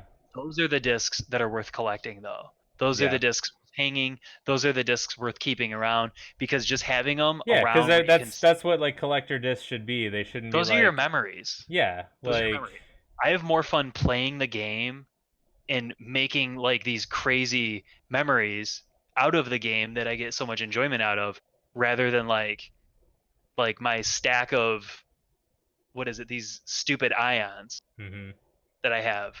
That they're worth hundreds of dollars a piece. I don't even care about those. I have no memories associated to them. And the only reason I'm going to sit on them is because they'll just keep going up in value, because gyro fanboys will buy them for whatever price. Like, they're just crazy. Yeah. But, like, those are not hung on the wall, and I don't care about them, and there's nothing fun about them. Yeah. Probably the most valuable discs I have, though. Don't give a shit, though. Whereas that, yellow ZXS that's worth maybe $5. Yeah. Like, that's hilarious to me. I just love that. Yeah. Like, the only reasons the ions are, like, anything to you is because they're, like, a way to make some money or whatever. It's an investment. Yeah, I talked to the guys that were making them, and, like, did the whole thing at the store, and, like, I remember when Superman's, like, I remember, like, having Superman's around and, like, holding them and whatever. Yeah. It's cool because of that, but other than that, it's just kind of like, whatever. I don't care for the disc. I don't care for the company even, and I don't really like throwing ions. I don't know. It's just a thing. They just sit over there. But there's like other things around. I just, for some reason, I think it's like they're way more interesting. So, but I think that people need to really like focus on getting out there, getting better at the game, getting rid of this idea that the Frisbee is going to make you better. The Frisbee does not make you better. It's a ridiculous thought to ever have. And like, you make yourself better. Yeah. What you do with your time and your money is what makes you better. And people don't look at the sport when they talk about investment. Mm-hmm. They don't ever look at the sport that way, where they're like, I'm investing in myself. Yeah, I remember watching Steve Rico's In the Bag probably like 5-ish years ago or something, and the only rare disc he had in there was this white CE Tiber that he had, and he even mentioned, he was like, the only reason I have this in my bag is because it's been in my bag since I bought it brand new off the shelf. That's crazy the only to reason think about. Yeah. How but long still, like, he's that been was playing. There was a sentimental, like, it was a brand new disc. It wasn't, oh, that's cool, I'm gonna buy it for 80 something. No, bought it for the $15.99 or whatever it was, and it's just had it ever since. It's the only reason why I had the CE disc in his bag. It's gonna hurt so much to lose that. If he hasn't lost it already, that's gonna feel like, you know, your friend died. Probably. It's gonna feel like that shit. Yeah. Yeah, because maybe. it's attached to your youth. It's attached to you as a younger person. Yeah. And which is it's a crazy thing, but I mean that's the only reason though. That's the only reason why stuff like that I think should just be in your bag, is like like you found it or you bought it forever ago or something, and it's just like, it's legitimately just a good thrower, and it wasn't a big money purchase where you thought that it was just going to make you better or something. Just do what Josh Anton does. Just don't play for 5-10 years or whatever, and then come back and play, and then just get your exact bag, just pull it out of the closet. Yeah, it's the same thing. Nothing changed, and then just go dominate some people like real quick, and then just murder the field. Yeah, and absolutely just like, I don't know if to him it even matters, if he cares that they're like, he's throwing CE discs, or if he's throwing 11 time this, or you know what I mean. I don't necessarily think that that's even what it's about. I would love to know though. Yeah, it's like, dude, is it that you just like those, or is it that just is what you had and that's what you are good with? Yeah, I feel like he's a dude who, like, I remember him mentioning something about the grid AVRs that he putts with or whatever, and that he loves them, and then, but like, it doesn't seem like he had the attitude where like he needs these discs specifically. I think it's just, he's had these discs, he knows these discs, and that's why they're good, and that's why it would suck to lose them or whatever. Not because, I spent all this money. It's just, these are the things that I know. And then with the AVRs, it's like, he knows what he likes already, so why change it? He loves these ones. There's no reason to try something else. And it's with the things that's like, that I think is worthwhile to spend money on, which are your putters, the thing you make your money with, whether you throw especially for somebody like him. Yeah. Like, and you know, yeah, he could go out and spend $500 on each putter, mm-hmm, and like, he's gonna get his money back. Yeah. On it. Oh yeah. Because be hilarious. He so much money just because of those putters. Yeah, exactly. And that's the reason. That's what I mean. Like, if you're just putting with poop putters and you like suck at putting, but you have $500 worth of everything else, like, when are you gonna make your money back? When you get lucky? I don't know. Like, figure out your putting, figure out that, find the stuff that you like, and buy a stack of those. Like, that was always something that I always thought was awesome for somebody to do, is like, you find something that you really like for putting and just buy a stack of them. Just buy a fucking wad of them.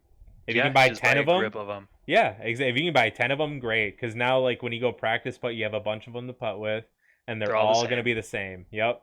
That's why when I was putting with daggers, I was like, dude, every time I can. And when I was sponsored, like, they were super cheap. They were like $6 a piece, $5 a piece or something. I was like, dude, I could spend $100 and get a ton of these. So I spent $100 and got a ton of them to go out and practice putt and whatever. So, and that's an investment in your game. Exactly. Like, that's a true investment. Yeah. Yeah. I've always said that if players really wanted to get better, which I think a lot of players don't want to get better. I think a huge amount of disc golfers, and like I'm not talking about people that are like, playing open, but I am talking about some people that are in AM1, and I'm talking about a bunch of people in AM3 and AM2. They say they want to get better, but they don't, because they don't do what makes them better. Yeah. Like, and it's simple things. Whatever disc it is that you like, let's say you like T-birds. Okay. Well, if you really like want to make an investment in your game, how many T-birds do you have? Do you have 10 of them? Probably not. Or maybe you do, but like they're just like you should be taking just those 10 out and hitting the field. And with that's what I was that. Yeah, and that's what I was telling Dan, because when we played Aller's Acres, because it's like you have to hit your lines, it really showed how sporadic his throw is. And I think it showed himself how sporadic his throw is, because he even like he messaged me today after I made note of it. I was like, dude, I'm gonna make, because Ian, I guess, called him Boom Boom when he saw him at not Firefighters, Bay Court, because he kills a sidearm. He's got a ton of power on it, and he like no reach back, but that's all he like. Every time he threw a sidearm, like I kind of like jokingly poked fun at him, because I was like, dude, you don't need to crush it. You're literally, this hole is 150 feet, and he threw it like he's trying to get there at 11 at Firefighters or something. And it's like, dude, he's like, I don't know how to turn this down. Like that's all I got. Like it makes no sense. And I told him, it's like, and especially with all of those backhands and everything, I told him, it's like, I'm gonna start making you throw like gross flippy shit. I'm gonna make you throw your tersis all the time. Yeah. Because it's gonna force you to figure out how to smooth out your throw and slow it down and figure it out. Because once you slow down and figure it out, then you can like ramp it up some. And he texted me today. He was like, do you have like a stack of this stuff? I was like, dude, I got a ton of it.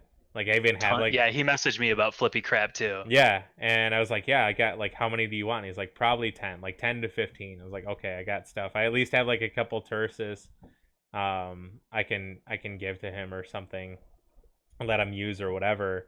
And then I told him the next time we play, like we're gonna do like a one disc round at Firefighters. You can bring your putters, so like when we're putting, because he was putting really good, like the first, which is good because he's been struggling. Yeah, no, he started out rough like for the first 5 holes, and then just out of nowhere it just smoothed out, and he was draining some nasty putts. Like nothing like absurdly crazy, but like for hit like super solid putts, like inside the circle, just outside the circle, like it was awesome.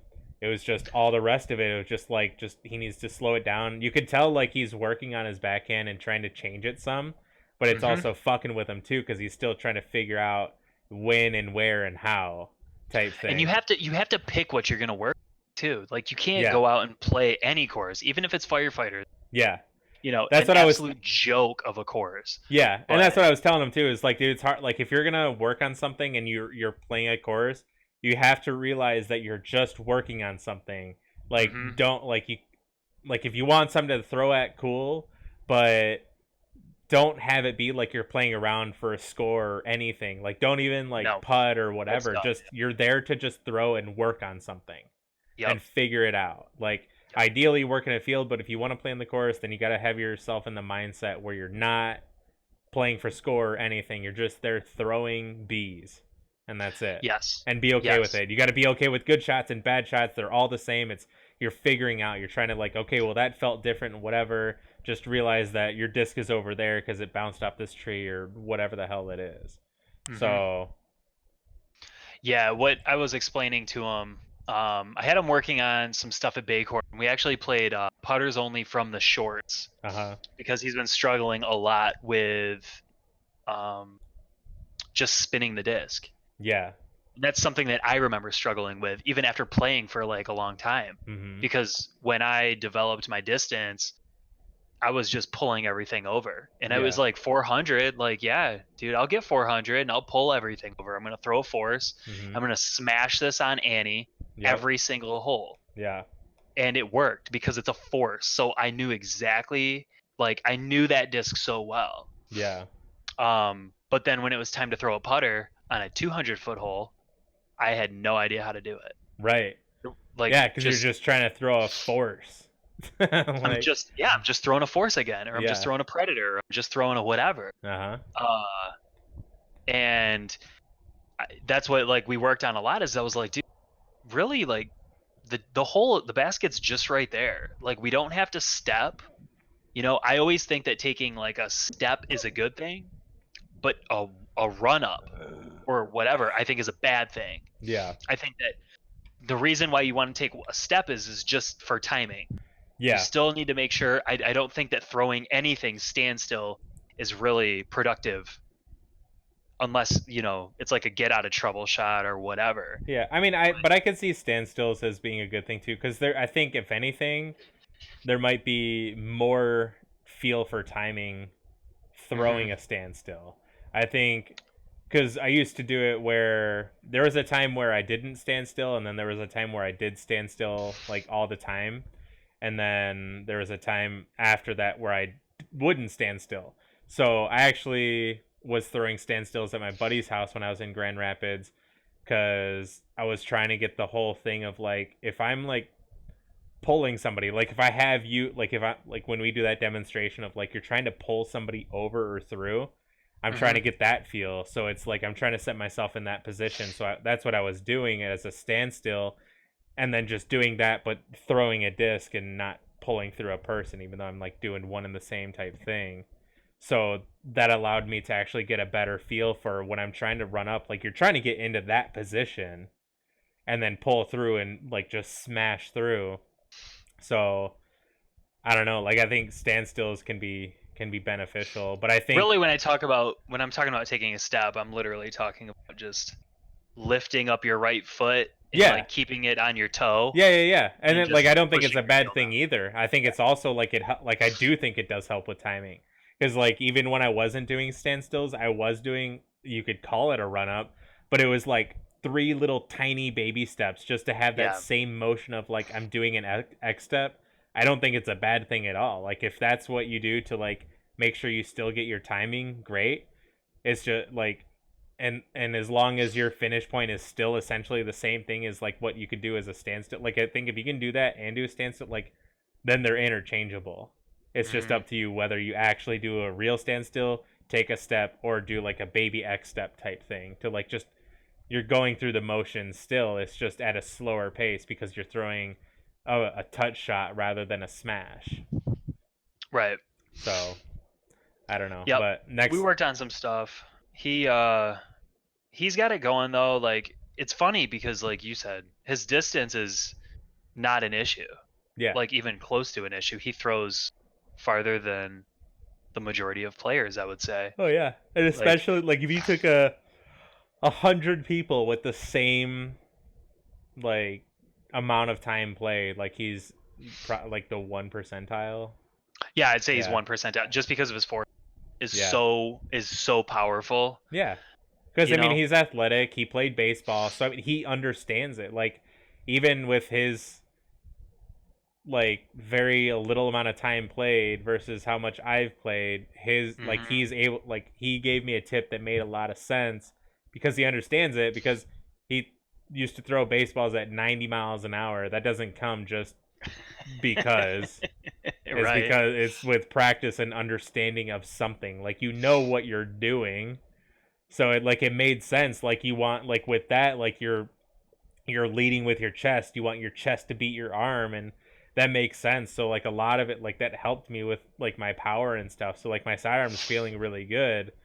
And so like he's somebody who he gets it. He understands it. It's just now he needs to put in the time, and he probably needs to just see himself throw, because you don't see yourself throw. You feel yourself throw and you see like the outcome of it, but you don't actually see what you're doing. So like if you can actually see what you're doing, then you can probably change something where it's like, oh, like I know that I'm doing that because of this.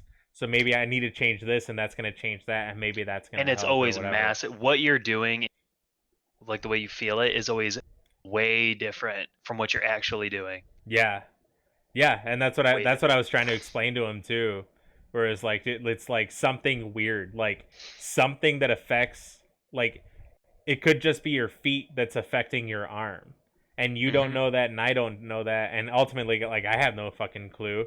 But maybe that's something that makes sense to you, where it's like, oh, like I know that I'm like lifting my arm like that because I step like this. So if I step differently, maybe I'll stop doing that because I know for sure that me doing that with my arm isn't beneficial and it's really awkward looking. And if I can get it down here where it should be, I'll be more smooth. So doing that, I need to change this. And it's all like, and that's how it was for me when it was like, it was always weird stuff like that. It's not always like, well, my arm is affecting my arm.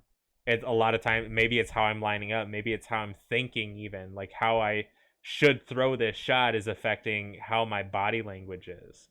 So it's like being able to see yourself and what you're doing. That's the only way that person can interpret themselves. So that's why I want to get out and film him so he can see it. But we ended up playing, like, I had no idea it was going to rain at all that day. And then it ended up raining for a while. And then by the time we were done, by the time we were done, we got back to Seymour. It was like 8:30 or something. And then he ended up just leaving. I was like, dude, we could still record or whatever, but I don't know, he was trying to get like a job or something, I guess. A job. He's trying to adult. Yeah. Yeah, he's a smart kid. But he's got a lot of potential. It's just it's an issue that I think that the majority of players will never have to deal with, is that he's got too much boom boom and not enough. Like, honestly, like I hear people or I read people all the time about, like, you know, I throw 300, I throw 320, I throw 330, whatever. Like, he does that backhand and forehand his first year of playing. Not even that, his first couple months of playing. Yeah, that's what he was throwing like almost 400-foot forehand his first week of playing. Yeah. And now, like, you can see his backhand has actually like gone pretty well. Yeah. And then it's kind of regressed. Yeah. Because he's working on stuff, and that's the thing about distance is that. And that's why I want to get him throwing like mid ranges and putters only. Yeah. Is because it's going to show him his flaws more severely. Yeah. So like that's my plan, is next time I play with him or whatever. I know he wants to get out tomorrow, but I don't think I'm going to be making it because I'll be on the computer most of the day. But I'm playing tomorrow, so just having him throw like just a mid-range. Like if he goes out and throws only, like, his tersis is the only thing he can throw unless he's strictly putting, then he can putt normal or whatever. But on every single hole, that's what you have to throw. You have to make it work. You have to figure out how to make it work on that hole. I mean, disc golf is funny because it's a really, like, I've talked with you so many times about this, is we go out, we see people play, and like, I'm not saying that I'm the best player in the world. I'm not even close to it. I know that I'm pretty good. Yeah. I know that you're pretty fucking good. Yeah. But I know when we go out that there's a good chance that we're probably going to be some of the better players that are on the course, or the best players at the course consistently. And it's always a funny thing to me because, like, we just kind of sit and we watch. And it's like, what are people out here doing? Yeah. You know what I mean? It's like you're saying, like earlier, they have the bag, they have all the discs in the bag, they spent all the money. They got the socks on, they got the boots on, they got the disc golf shirt on, they got the fucking disc golf hat on, they got they got all the junk on. Yeah. Now what? It looks like one company just barfed all over them. They're all geared up head to toe, whether it be Prodigy, whether it be Dynamic, whether it be or all of them. Yeah. They're just big fanboys. But the thing is it's like you're watching them play and you're just like, what is going on right now? Like, you're at Holly and you're throwing a Daedalus. There's no hole at Holly that should ever have a Daedalus thrown on it. Ever. I mean, for us. Any skill level. No, for any skill level. Any skill level should never have a Daedalus thrown on it. So then, by that logic, the Daedalus should have never been made, which I highly disagree with, because it is an amazing disc for silly, dumb trick shots. But here's the thing, though, is that I'm not saying the Daedalus doesn't have a purpose, even for less good players. What I'm saying is that there's no hole at Holly that should ever have a Daedalus thrown on it. Hole 4 should be thrown on hole 4. Where? At the basket. It's 180 feet. Needs to be killed. Needs to be killed. The Daedalus needs to hit it so hard it breaks. But really though, is that these are easy things to correct. Yeah. And it's only easy if you look at things the right way. And it's something that I wish I would have learned, like when I, started playing forever ago, is that, dude, you just go out with like 3 putters that are all the same. Mm-hmm. I like to throw PA threes, right? Yeah. You like to throw shields, right? Mercies. Yeah, mercies. They're pretty similar, like style of putter. It's a neutral to stable, Yeah, stable putter. To overstable putter. Right. Yeah. Now, if I want to get better at playing a course like Holly, which is where all the strokes are going to be scored. This is what I explained to Dan I was like, look, being good with your putter on approaches is so critically important. It's the most important part of the game. Mm-hmm. And it's the part that people are least good at. Yeah. And I'm talking good players are least good at it. Yeah. Okay. And it's just understanding that from 200 feet and in on any shape of the whatever, okay, like being able to manipulate a putter to that shot is so important that it's going to save you more strokes than any collector disc, than any Zuka cart, than any whatever, than any destroyer, Prody, whatever will ever save you. And it doesn't matter what they are. It doesn't matter if they're beaded AVRs, if they're PA3s, if they're mercies, if they're shields, if they're doesn't fucking matter. Yeah. It's all the same. And I took him out and we did Baycourt shorts and he really understood. I was like, how do you feel when you're on the tee pad on this hole? And it's, we're playing the shorts. So like number 1 is like a whatever. You can do whatever. It's just a straight little pitch. Right. But then when you get to number 2, and I was like, okay. I was like, now look, I'm throwing a massive turnover with a putter on this hole. Yeah. And I was like, this is a shot that I'm guaranteeing that most players aren't going to be able to do. And that's not like me saying, oh man, I have something in the back. Like, no, what I'm saying is that nobody does it.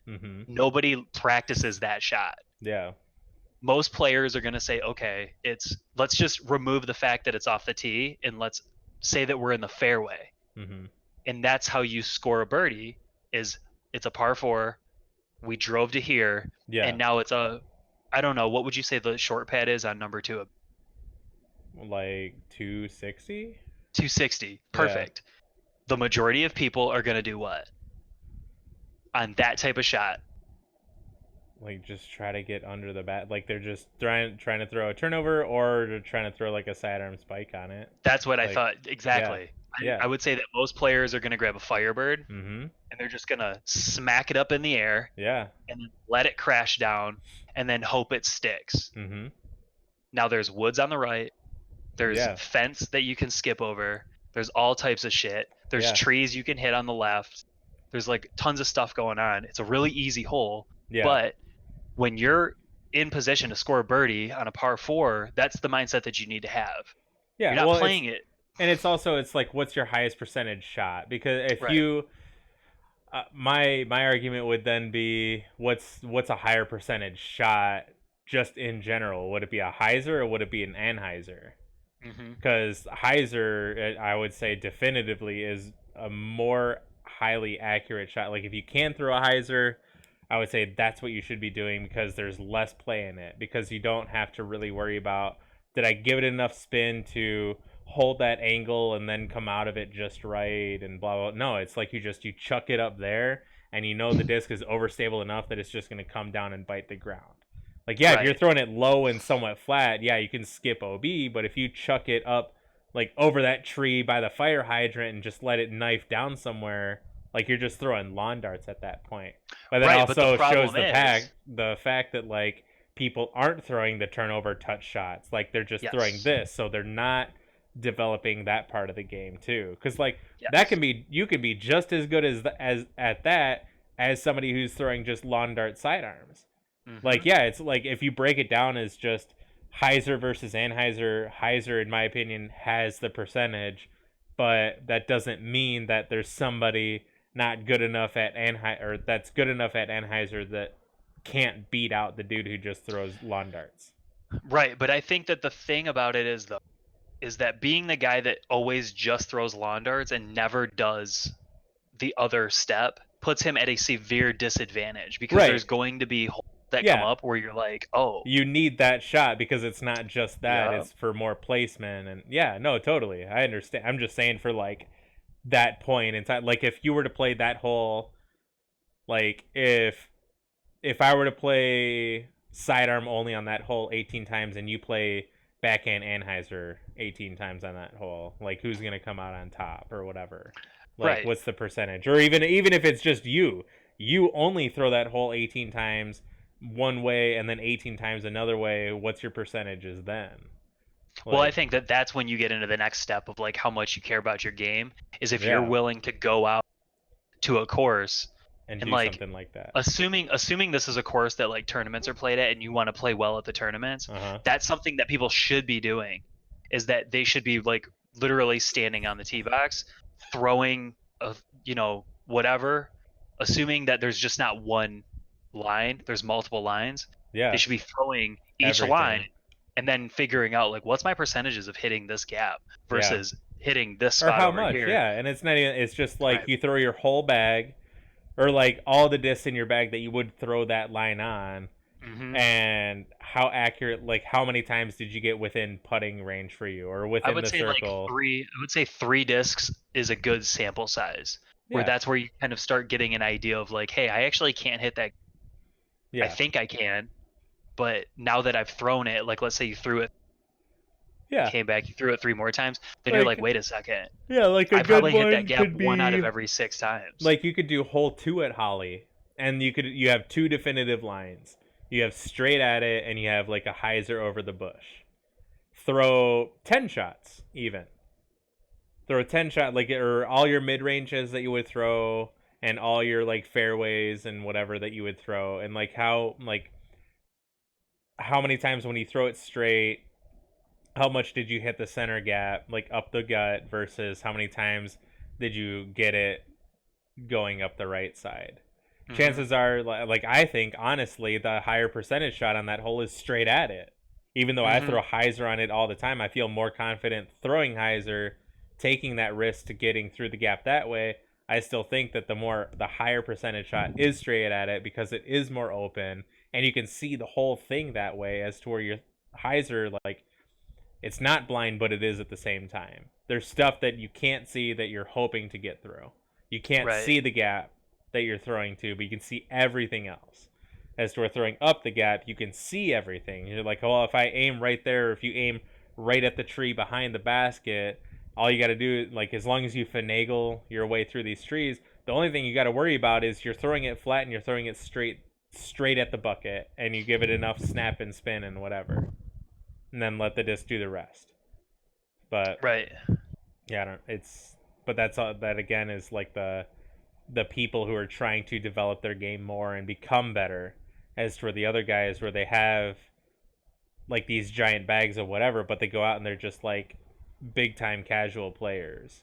I think you nailed it. They're big time casual players, and I think that the majority of league players around here are big time casual players. Yeah, I mean, I'm a big time casual player. Yeah, like I look at things, as like risk and stuff like that. That's why I can kind of shoot well when I want to. But yeah, you're also not the guy who's like, I'm gonna go up or get up and go out and like go practice just to try to get better. Or whatever. No, because I don't like tournament. I don't like organized play like that. It's just no fun. But when I shoot really well, unless you were running it or something, probably. But like when I don't want all that risk. Not after all this crap. Yes, you do. Yes, you do, because you're like, I can do it good. Just watch. Yeah, maybe. But I think so. I think we could. I still think we could do it really well. It's possible. It's possible. Maybe in the future. But we got a lot of stuff to do. See. For now, a lot of projects. We've been doing this for 4 hours now. 4 hours. It's like nothing. I know. Not 4 bonkers. hours. Not since midnight, right? No, well, a little over 3. So 3. it was like 12:45 when we started. Yeah. Okay. It's getting close to 4 hours. That's pretty impressive, though. Pretty easy to do.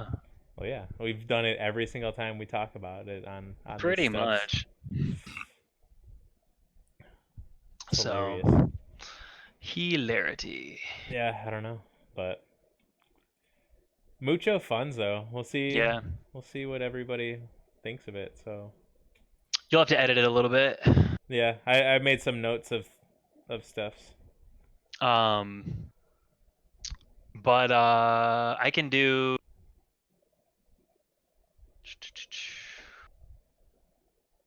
What am I trying to think here? I can do reasonably frequently. Yeah. A few times a week. I don't think it'd be a problem. Yeah, or even just if it's just once a week just to start, cool. Yeah, whatever.